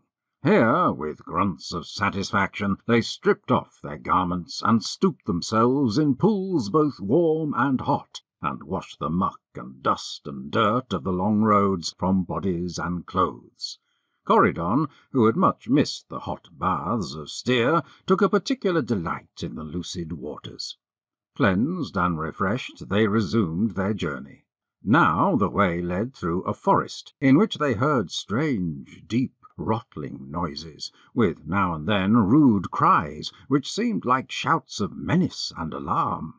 In a wide clearing in the midst of the forest rose up a tall structure of mottled stone, on which seemed to be designs both odd and ugly. But Corridon, coming closer when the caravan paused, saw that they were in truth no designs at all, but only moss and lichens. He watched in wonderment as the sundry of the merchantmen drew forth dried fruits from their bales and baskets, and, placing them in pottery bowls of the cheapest sort, shards of which lay scattered thickly all about, added water to reconstitute a semblance of freshness. From the surrounding woods arose again the curious sounds of deep and guttural rattling, but now it seemed devoid of menace, and in another moment they were on their way again. Looking backward, Corydon saw dark, stumpy figures swarming from the woods and clustering round about the offered fruits. He turned, amazed, to Didius, who said, "What? Have you never heard of the Tower of the Apes? That is it, and they are them. They will not harm us now. To be sure," he added carelessly, "we could surely beat them off, but their bites do fester, and the wounds do stink." Next day they encountered a country where slimy green thickets grew high as low trees, and from this thicketry came disturbing sounds, although not loud at all, rustles and hisses. And as before, they came to a wide clearing in the threatening bosque, and here arose another, taller structure, all of slippery stone, and dripping with an evil ichor. As before, the caravan paused. As before, various merchants and adventurers opened packs and sacks, and set forth low, wide clay vessels. They filled them half with water, as before, though now to the water they added sun-dried curds, and this mixture they beat and whipped with twigs, revolving the leafless ends of the twigs between their palms in the manner somewhat of fenmen making fire.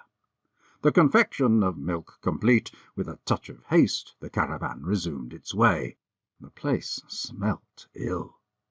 Again Corydon looked back as they departed. This time he saw no shaggy forms of creatures which had once been men, but had sunk from that high status out of slothfulness and sin.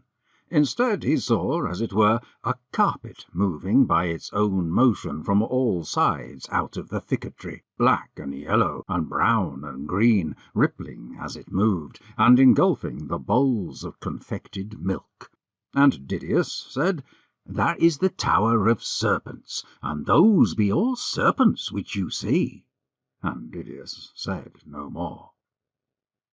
Next they came to a low and flat and marshy area where King Fever reigned, and here the manner of their marching was clean reversed, for they slept half the day in tents of goat skins and of woven goat's hair, and they marched the whole of the night enclosed in breeches of leather and high slippers of the same, and with gloves which reached high up their arms, and were tied at the elbows with laces and with thongs. And their heads were covered with hoods, and a bandage of white, transparent gauze across the eye-holes. "Else," Didius explained, "else the malign mists and vapours are absorbed in through the skin, and fever will inevitably result." There was no sign or sound of living things throughout that low marshland, save for the carrack and the wee dit of the frogs, and the strumming of some small insects like little flies. Yet, and despite their full precaution, some of the corrupt airs engendered by rotting grass and slime must have made their way into some several of the men, for 6 of them came down with fever, and of these, despite the best tisanes of Anton the herb merchant, 3 of these died. 2 of them had kinsmen who took charge of all their beasts and gear and wares, but the last of them had not. Abelaphon drew up a short statement of the facts, and several others, reputable merchants and having signet seals, attested to them, imprinting their sigils in the wax. "Sad it is that he did die so far from home, and his wares unsold," said Abelaphon. "But by favour of the god he died here, where no king reigns, for full many a king does claim and seize the entire property of alien venturers who die within their suzerainties." Now the council of the caravan will see that his things are sold at best price, and the same will be duly delivered to his heirs, minus, of course, the usual charges. And by immemorial tradition, everyone in the caffle is assessed 1/2 a piece of silver to be expended on incense for burning to benefit his shade. What, young rear guardsman Corridon? What? You scowl? You do not approve? Why? But Corridon, leaning slightly on the shovel with which he had helped dig and fill the new grave, shook his head. "I did not scowl at that, Abelaphon," he said. "I scowled because I miss my own true sword." Abelaphon threw his head back and his hands out. "Your sword? His sword? Phew, this is mere finicking. So long as it has temper, swing, heft, and edge, why, what can it matter?" Corridon looked at him and then away gloomily.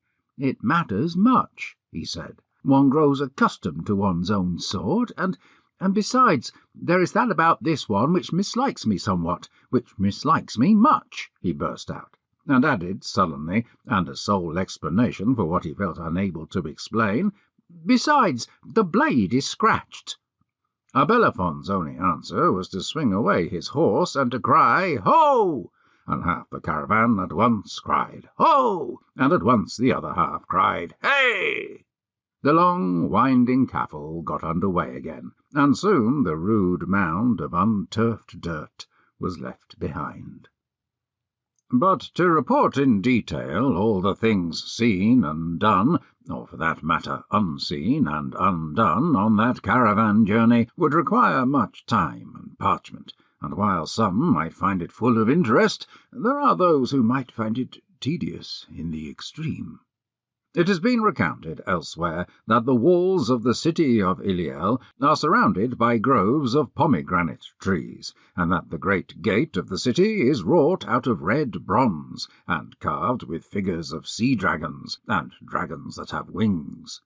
Alas, that all-consuming time has long since consumed the greatness and the fame of Illiel, from which the river and the inland sea alike have receded, and that the site of the grove of pomegranate trees is heaped high now with drifts of salt and sand. Moreover, the dragons, which nest in the caves of its ruins, are of a sullen humour, and given to devouring the sons of men. As to their treatment of the daughters, this is not the place to speak.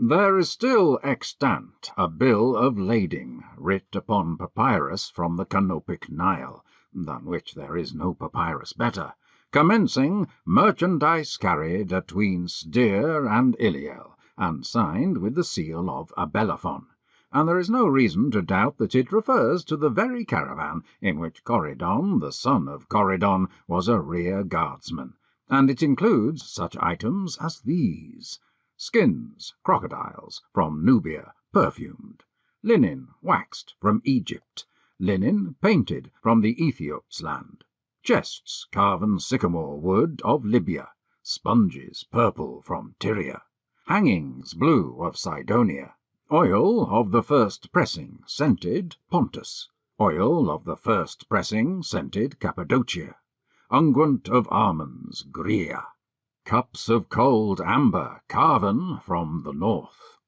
To bring such articles as these from Styr to Illiel, the caravan had braved the Tartars and the snows, dared the wild pygmies and the fever king, risked the tower of the serpents and the tower of the apes.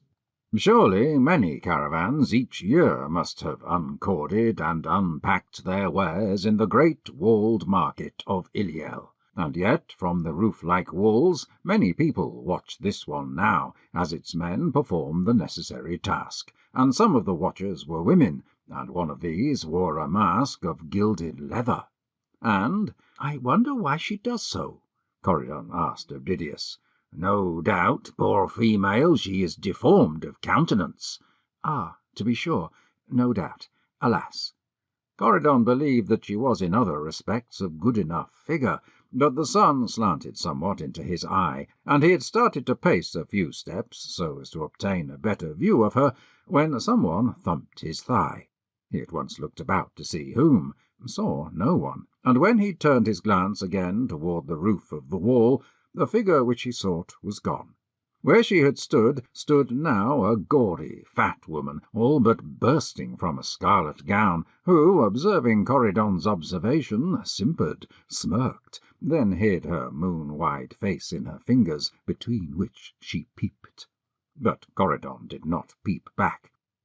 There are men of commerce who are never swift to pay what is due them, and such men never lack reasons, such as, "Such a one hath not paid me, and so I cannot pay thee," or "At noon of the morrow," knowing full well that by noon of the morrow he will be elsewhere, or this or that.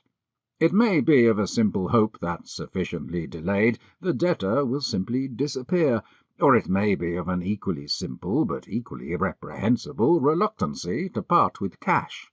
But Abelaphon was not one of them.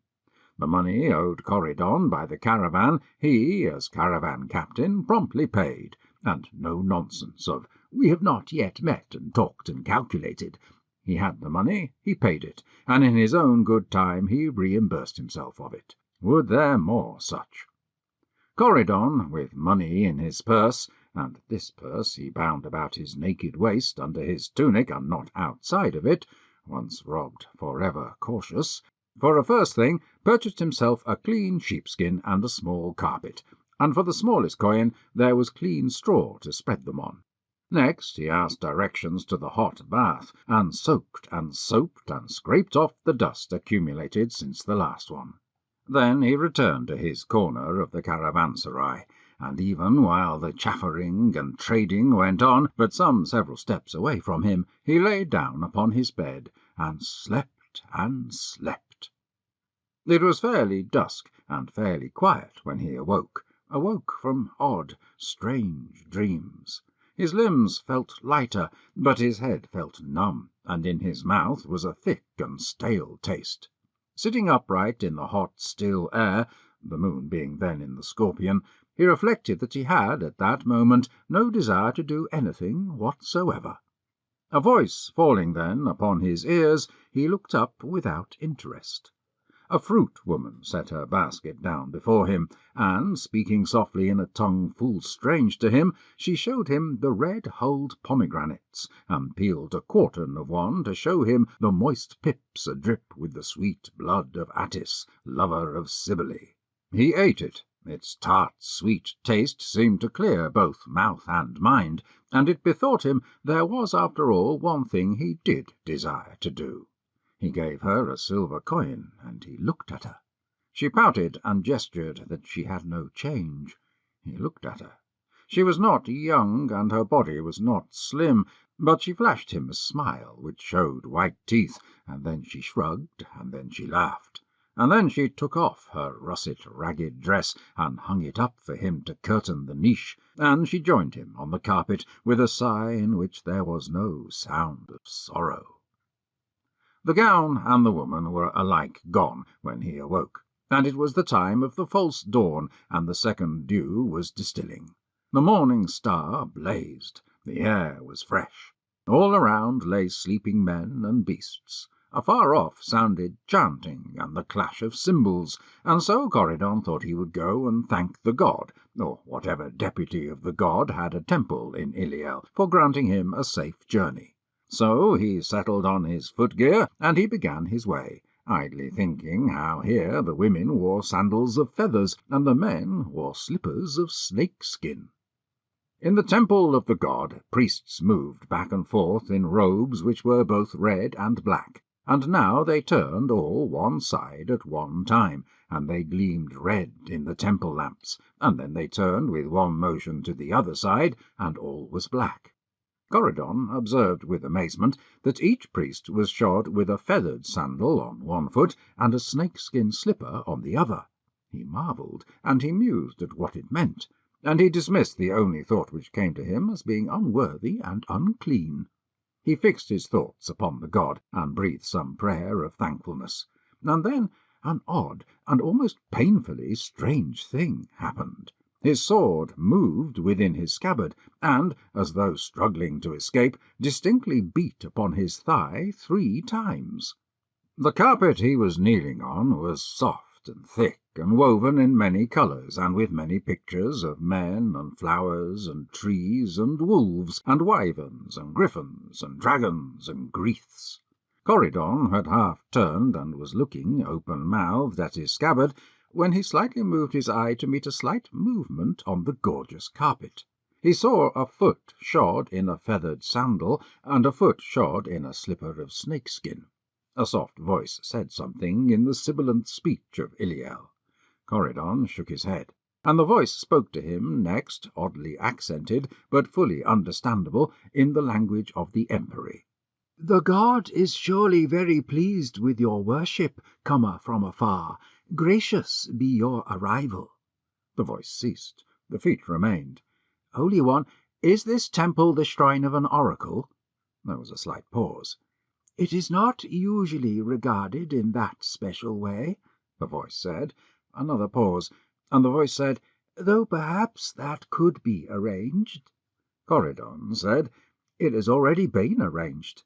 He bowed down his head once more. Then he got to his feet. The priest was of no certain age, not young, not old, with a clever face. "We are of the middle way," the priest said calmly. "We serve the god, and we serve the man."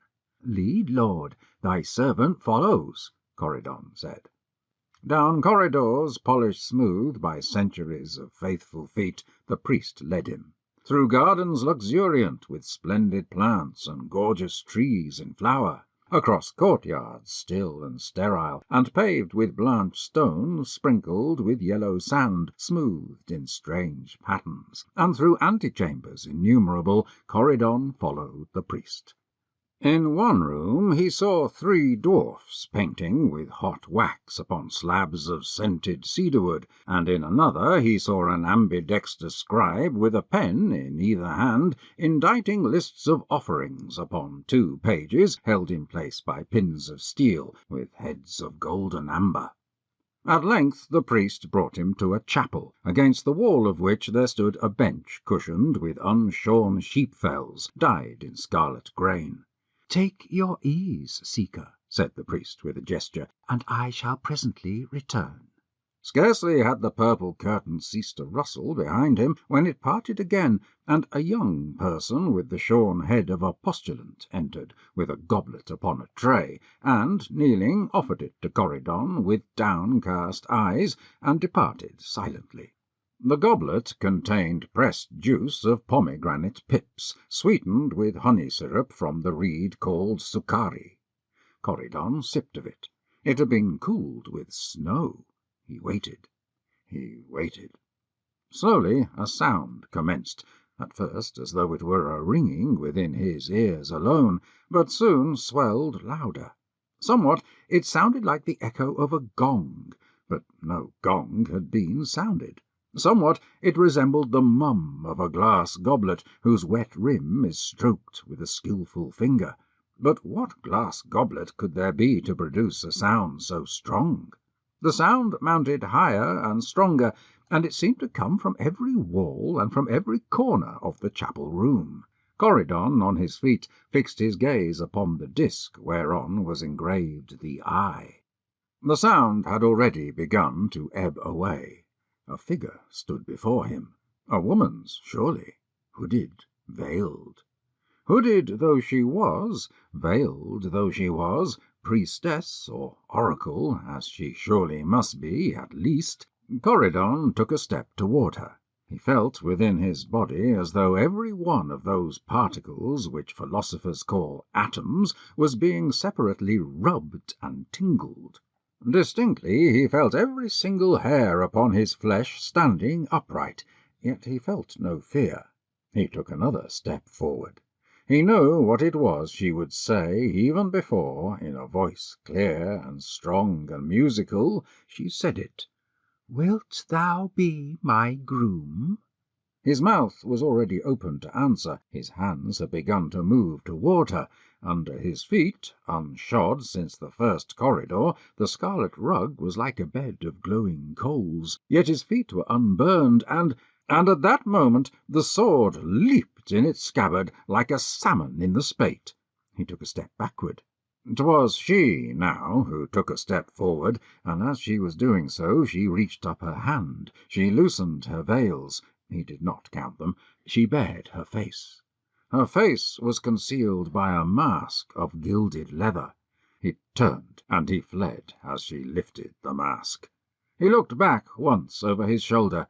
She was not at all deformed in countenance. She was full lovely. Her face was young and strong and clear. Her face— Corydon did not stop. Back through the courtyards of sand and stone, back across the gardens of flowering trees, back down the endless corridors he fled. The statues spoke to him, the images called his name, the pictures smiled at him with her face, the walls murmured, the trees sweetly urged him pause. He must have taken a wrong turning somewhere. He was in a place of dusk and gathering darkness, and the epicene priests moved to interpose themselves before him. He felt again his sword leap. He seized his sword. His sword came out without effort. Light flashed and lightened the darkness. The priests shrank away and winced and hissed and babbled softly. He was outside the temple precincts. He was in the streets of Illiel. Slowly, and much bemused, he found his way to the great walled market, with its sleeping niches, and its storerooms and warehouses. A face familiar met his eyes. Didius. "Didius," Corydon said slowly, "do you know aught about a woman in yonder temple who is a veiled priestess or an oracle?" Didius pursed out his mouth and slowly nodded. Then he said, "She's more than that, Corydon, mate. She is the sacred spouse."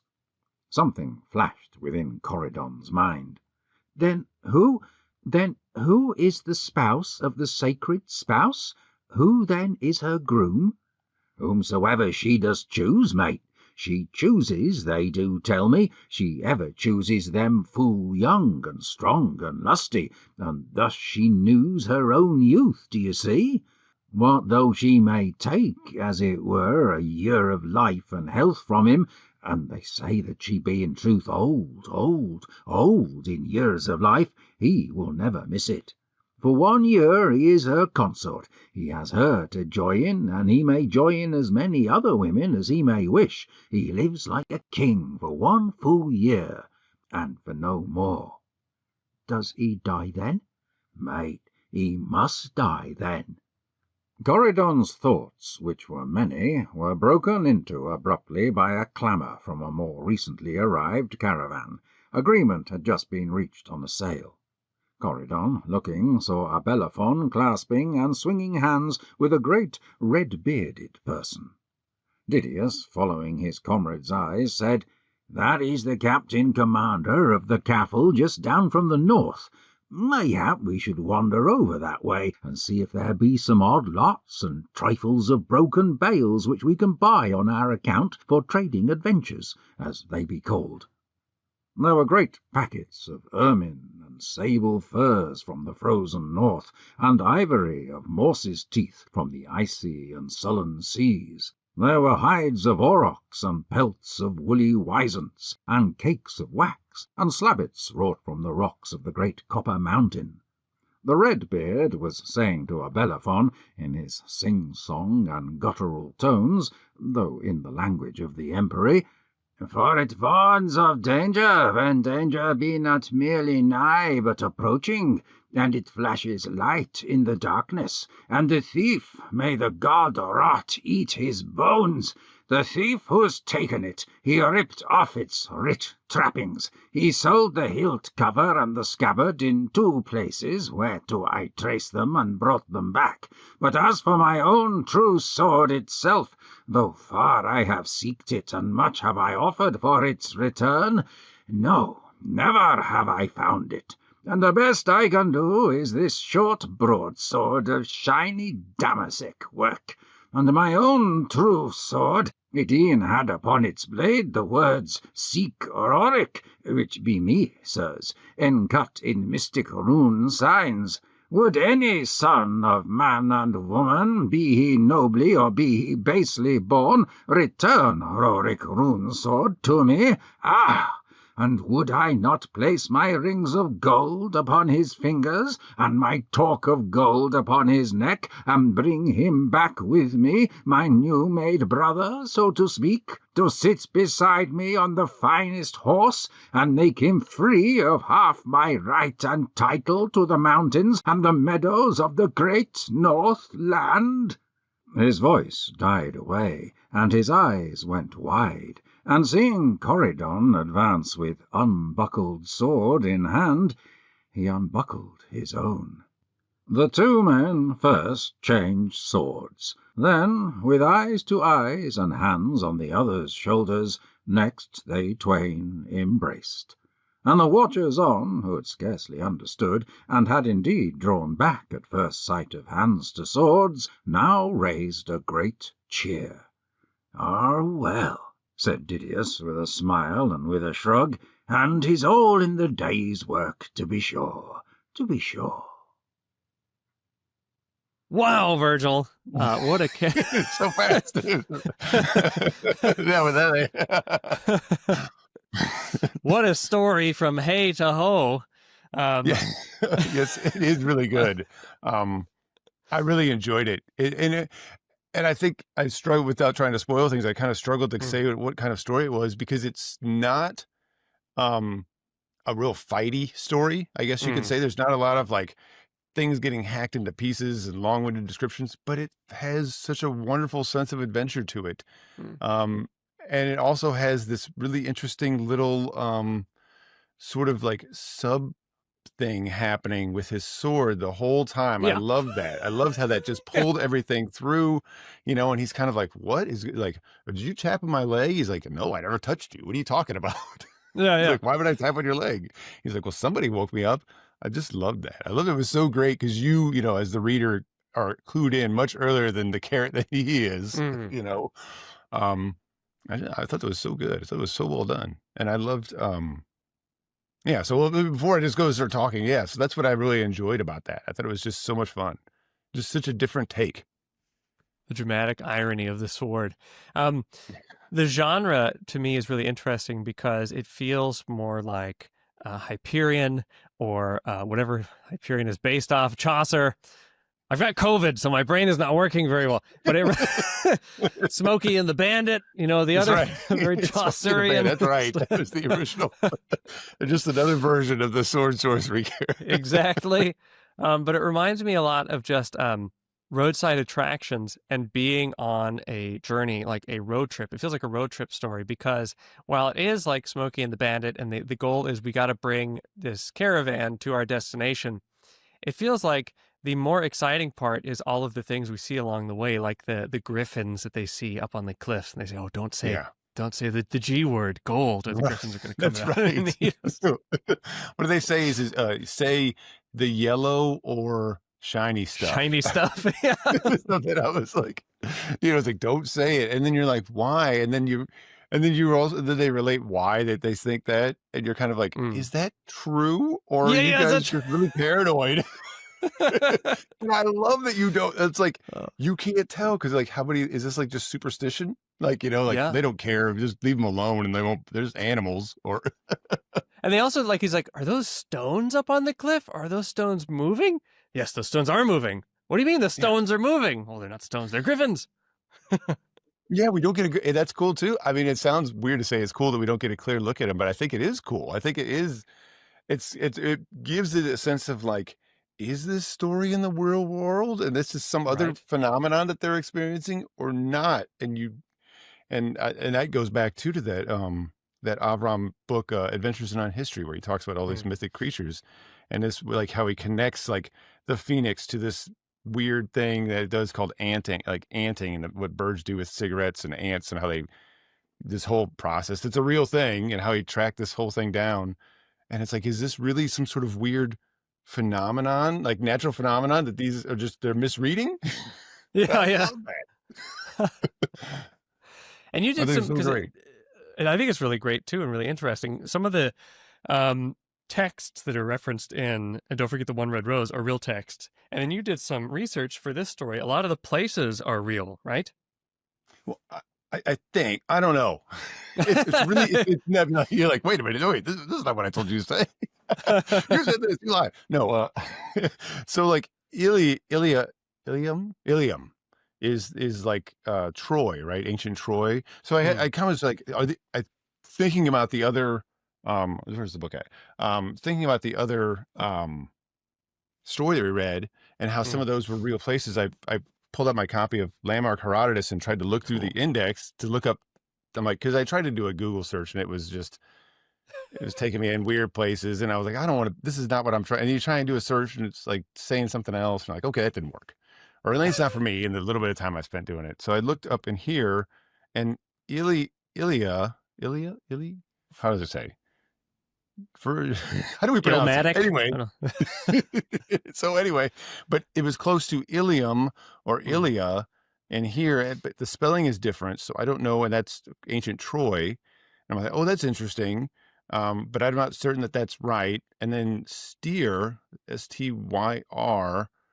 I mean, there's a river Styr, and then there's some other stuff, but I'm not certain. I was trying to see if we could find this on like an actual ancient map and like say, well, here they were traveling from here to here, or this is like, and I thought maybe these are just archaic names and they could be like alternate spellings or very much. I kind of feel like they kind of might be, but I just don't know. I guess I'm not good enough on ancient history and these like maybe alternate spellings to have picked it up. And I was hoping that this book would show me. It didn't quite, but it kind of hinted that it's close, that it could be in ancient Troy. There's some things that are similar, or maybe it's a fantastical version. I don't know. So I did find that. And of course I was trying to look on this website. I think it's a Stanford website that shows like the map of the ancient Roman world. And you can like give destinations in ancient Rome and it'll tell you like how long it would take you to get there by horse or by cart, or if you take a boat or not. And then I think it'll tell you like how much it would cost you and everything too, like how much it would cost you in ancient coinage, which I think is just so neat. I don't remember if there were other details it would give you, but it gives you, somebody had made this site and they have it on there. It's actually a really great thing. I think it's well, maybe we'll have a link in there instead of me trying to read off a web address. Put a link. Like, what? HTTP. You're like, I'm in my car. But wait, don't watch a video in your car. What are you doing? Yeah. Public service announcement. Pull over. That's right. Anyhow, so it does feel like they're real though, doesn't it? I mean, the one of the places was a real geographic area, I think. Scythia is real. That's, and I don't remember. I'm gonna feel silly, but Scythia is real. Scythia is real. It's real. Anyhow, the truth is out there, and it feels real. Like it feels like a real. I love the realism that's put into this story, and it has a fantastic and mythic element, but it feels very grounded. I really liked how when our main character joins this caravan, the guy that he sort of hooks up with and he's talking to, he's like, why do you ride an ox? He goes, oh, because if you're going to be in a caravan like this, you're going to be going slow anyways. And this is a way more comfortable animal to ride than any of those other ones. It's like, I just love that it's like, you don't pick the fast one or the one that looks cool. It's like this boring, slow animal. And he's like, and also it can smell stuff. And like, it has this, and then he's like, oh, look, it just smelled something. There must be something coming up. And like a day and a half later, they're like, well, maybe it was this. And it's like, or maybe it was just, maybe that wasn't it at all. It just smelled something. I think that's very interesting too. There's, when we read, and don't forget the One Red Rose, we felt like it was almost a portal fantasy where you go into the bookshop, that's the portal, and then you're just surrounded by historical things that are also fantastical. And all of the suggestions of how much you pay for these things is what are not even just an admission price, but it is our experience of the fantasy. Now we are experiencing this ancient text and all of the fantastical things around it. Here it feels almost like there's that old ride from Disneyland where you get on a train and you go underground and you see the dinosaurs and you go through history. It feels like the caravan is so realistic and it's just guys on animals going a long distance. But then as they go, they pass all of these things. They pass the griffins, they pass cannibals, they pass people with all of these different weird. There's this religion where people hate the moon, and they say, Yeah. "What on earth? What did the moon ever do to you?" And they explain, "Well, of course, there are people who venerate the sun. So to make it logically consistent, there should also be people because they love the sun, they hate the moon." And then what does the moon do to you? Oh, it stares us down and makes us feel bad about ourselves. I love that. It's just so great. It's like, well, there's people who like the sun, so there must be, Yeah. therefore, people exist who hate the moon. It's like, it's a logical conclusion. And it's didn't you assume, would you think there would be something otherwise? And I love that. You can't do simple math? Right. This is like 2 + 2. It's arithmetic. But what do you think of that, where it's it feels like Avram Davidson can not only paint a strange fantasy, but an experience of fantasy, almost a different genre every time for what we've read, where here we're passing through fantasy to your left, fantasy to your right. And then as we go through it, I feel like when we confront fantasy, because as you said, the sword is magical, the sword keeps moving, and Corydon is like, what is happening? So magic, the sword and sorcery element is creeping up on us.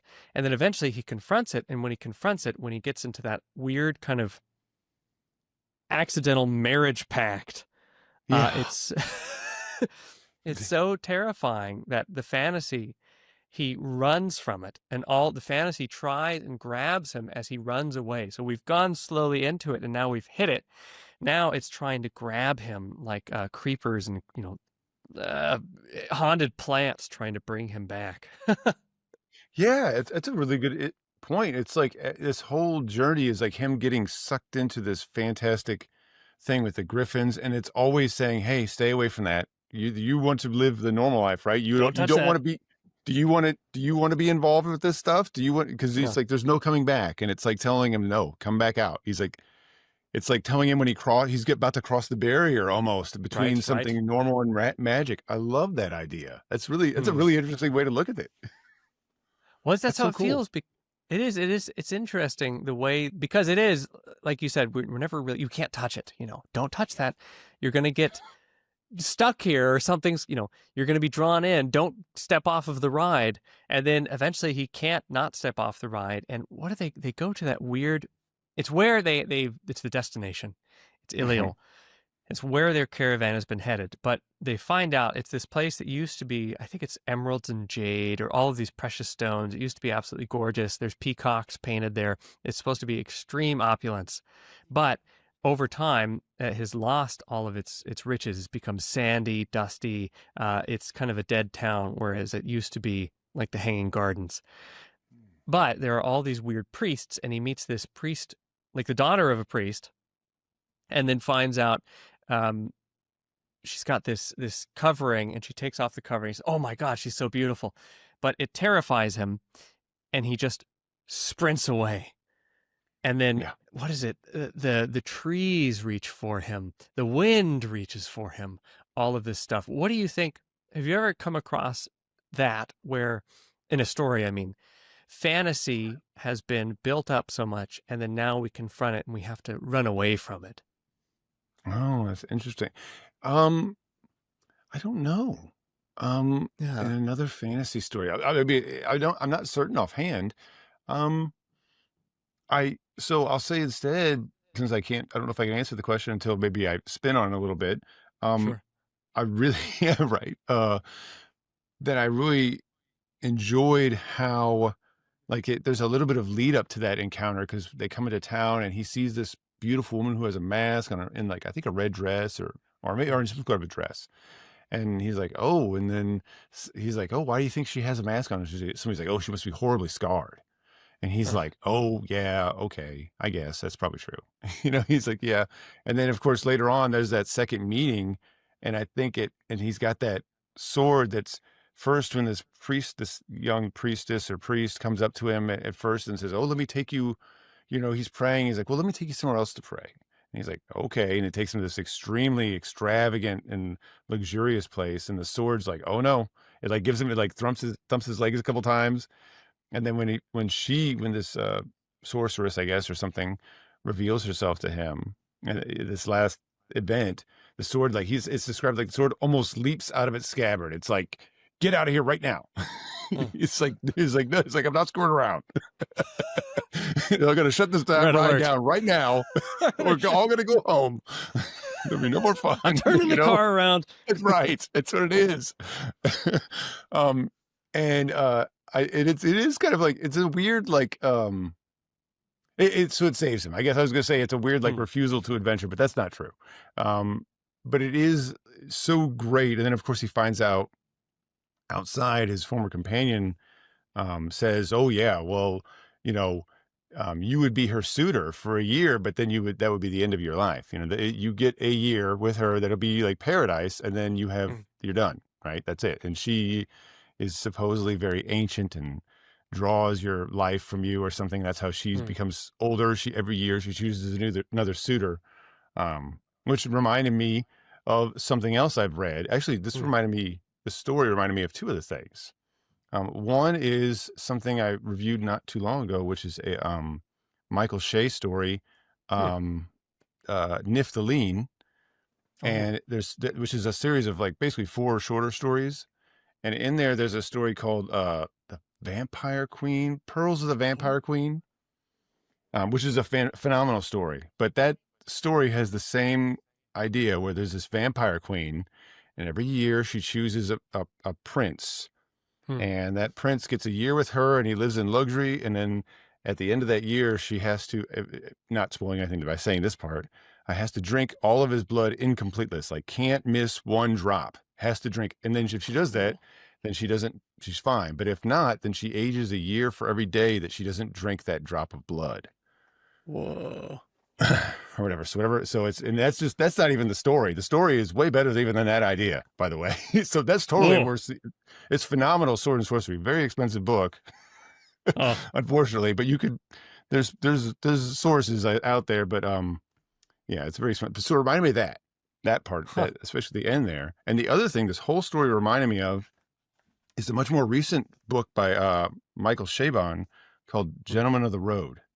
Okay. I don't know if you've ever heard. So Michael Chabon's known for the Cavalier and Clay. You probably maybe you don't know, but he's written just regular fiction. But this is a sword and sorcery sort of story, very similar tradition. I have to think that he's read this, or I just feel like that just a little bit. This came out in like the 2000s ish. No magic in there. And Michael Chabon said that he wanted to write a sword and sorcery story about Jews with swords. That's what, as the main character is in this story, the main characters are kind of like a Farfan Grey Mouser from Fritz Leiber. And the Jew in the story, the Jew with the sword in this story, is very Elric-like. By the way, cool. So anyway, now I like this story, but I did find that I liked Avram Davidson's writing better than Michael Chabon's in this. I think it's a little overwritten in that. I think he gets a little too eloquent, and then you kind of like lose track. This is why I wonder if he's sort of emulating Davidson's style a little bit in this in here. I didn't realize that until I read this story and thought, oh, I wonder, because it has a similar kind of like ancient world. Maybe it's real, maybe it isn't sort of vibe to it. Right. I bet you're right. That's very interesting. Michael Chabon. Yeah. Ribbing Avram Davidson. Ribbing off. I definitely feel it's a very similar, I think the kind of story that it would pair well, right? These wines go well together. So. These wines You're not going to pair wine with cheese? Just 2 bottles of wine? Well, just 2 wines. Just wine. And then wine and wine. Wine and wine. That's right. We don't fool around. Edward Wine Hands. I hear that was, sorry, that's not how you begin a sentence. Sorry. The language is, you're right, it's very interesting. I notice sometimes it's iambic pentameter in this. There's tons of alliteration. There's tons of assonance. It's a very well-written story, but very fun. You can see it's very fun. And I love that the Caravan will sometimes respond because of the language. So someone will say, hey, and then the whole Caravan will go, oh. I love that, and it's like they're all like reacting to each other. Yeah. I love that so much. And then of course that element, the sword alerting our main character and him saying something, and then the hey and the ho go back and forth starts Let's at one go. point saves them because it starts an Yeah. avalanche, which Oh, is that's like true. it's a I snow forgot avalanche. Like they go about that. hey ho and it echoes and it starts this avalanche of snow and like it wipes out the Tartars, I think, who were going to attack them. Is that right? I thought that was great. You think it's a little fun little tidbit, and it is, but it does something awesome. I know, it's so interesting because lots of this, it seems like it's almost sometimes informed by the language itself. It's like the story, the plot, the language, and the caravan itself are all integrated because you will hear the poetry of the language and then it seems to get the story going. And then also, then it will cycle back on itself and go back to the poetry. But you can feel that with the hey and the ho because at first it's just fun. It's like a fun little language game, and then suddenly it becomes really important, and it causes that avalanche. It's It's great, very interesting. and I love, yeah, like you said that, and I think that's the other thing to know too is that, there's all these great. It seems like it's very characteristic of Avram's writing, where he does these what I think of like little. Like he sort of steps aside for a minute and he starts talking about something. He's like, and this guy did this. And then he talks a bit about like, um, I don't know. I think at the beginning of the story, he talks about his belt and how his belt is worn in a certain place and worn in another place and how it sags a little here and somebody would know. And then he tells the whole little backstory of this little pouch of money. And I thought that was so good. And it's just all this little, he could have just made that 1 or 2 sentences, a paragraph. And sometimes when writers try to expand something, you're like, okay.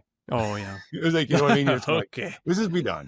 Well, can we get back to the story? But it's, I don't know. Every time I see Avram do it, it's always like, this was a fun little side trip that we went on. We went over here and he talked about this for a minute. Then we come back and you're like, that was just, and it evokes this mood. You get pulled into this, like, I don't know, like this sandy sort of feel to everything. And like these, like this, the way that like cobbled streets and like people wearing sandals and the sun is pitched in the sky a certain way and the lighting is a certain way.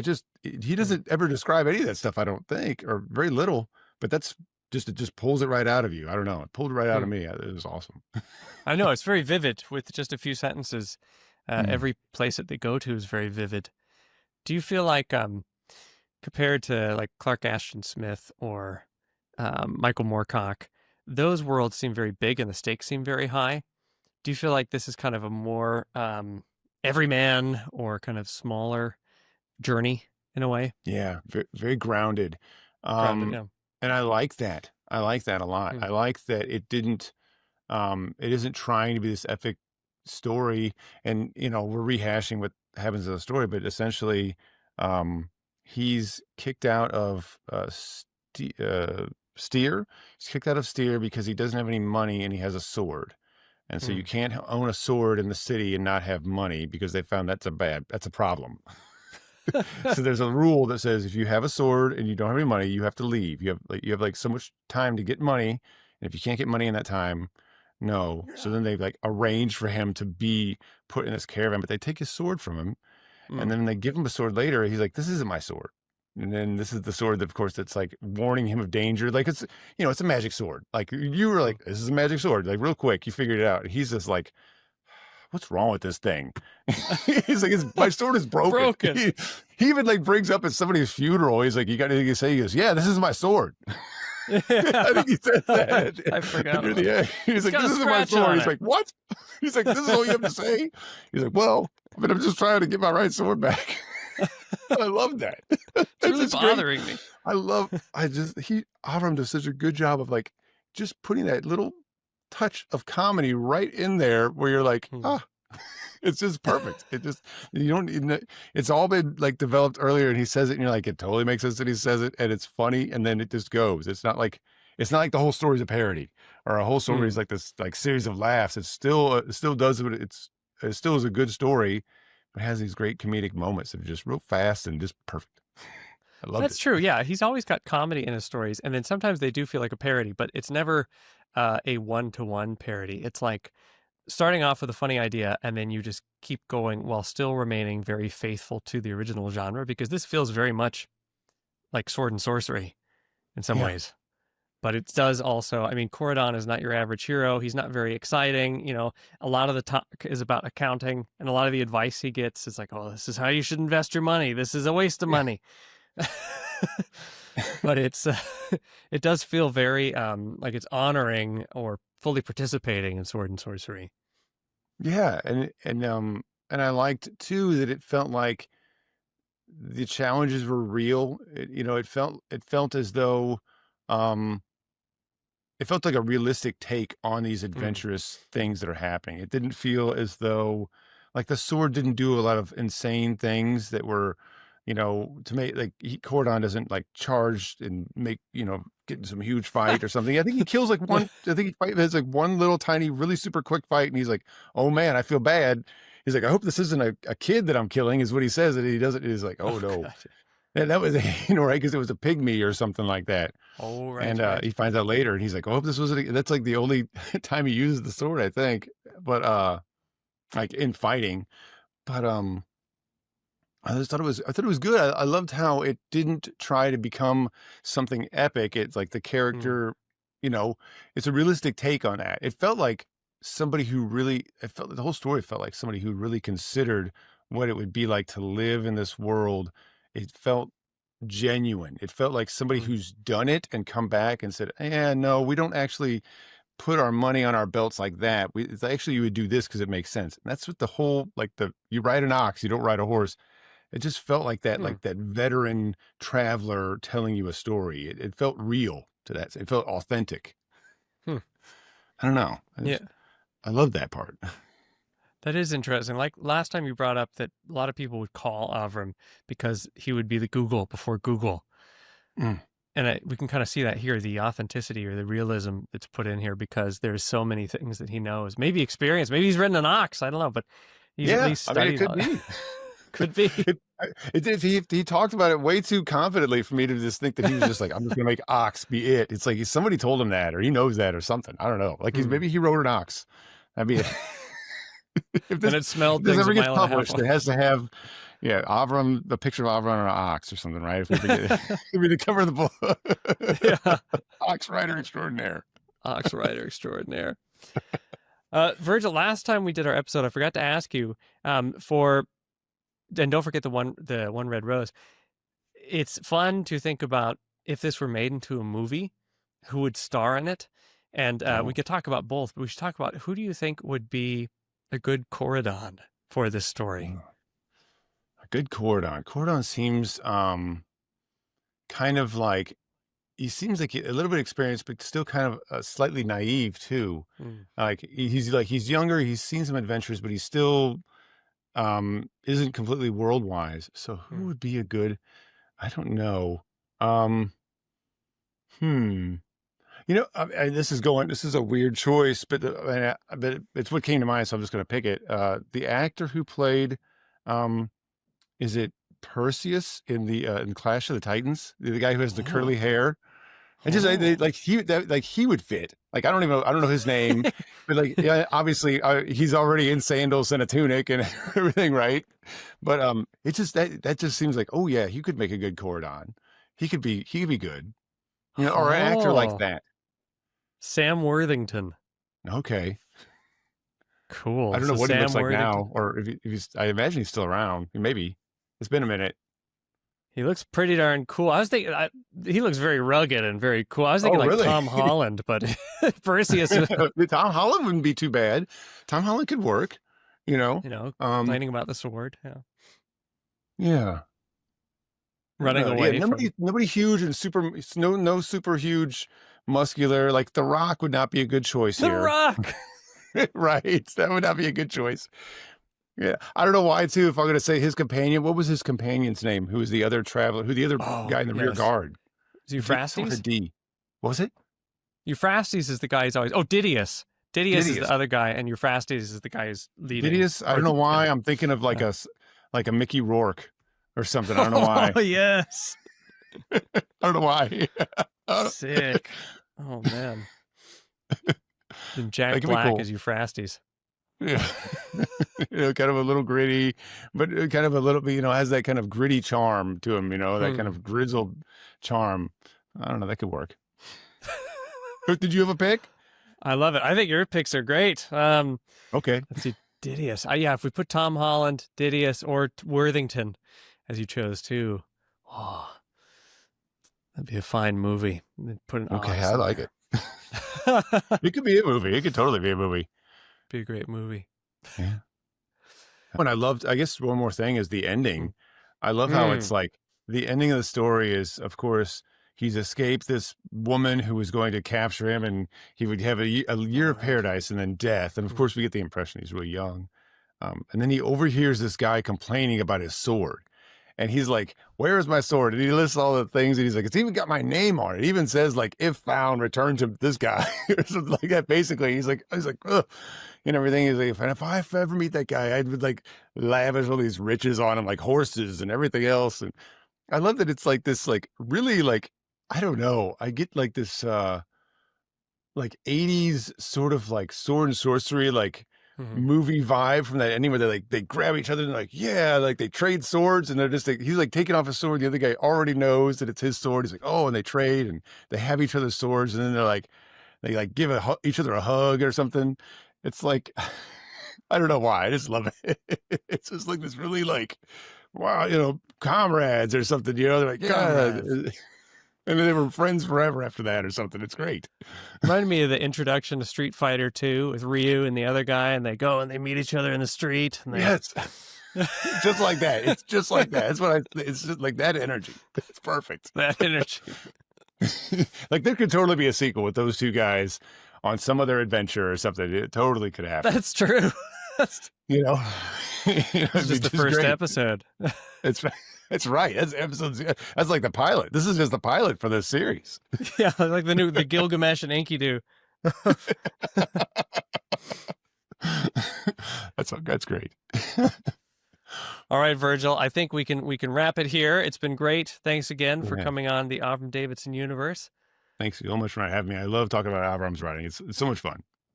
Hopefully, we got to do another one. Yeah, for sure. Totally. Listen, I'll do this until people get sick of me. We'll have our own spin-off. That's right. It'll be us exchanging swords. The Avram Universe Galaxy. No, wait, That's Galaxy. right. Avram Wait a Galaxy. minute. There you go. Downside. Universe Galaxy. It's The Universe Galaxy. Wait a minute. Make sure I went the wrong way, but it's okay. Yeah. The wormhole. Make sure right. to check out Literally Books on YouTube. Virgil's show, Literally Books. I highly recommend it. Thank you, sir. And we'll be chatting again soon, Virgil.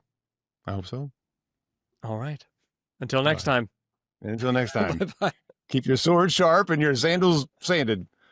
Whoa.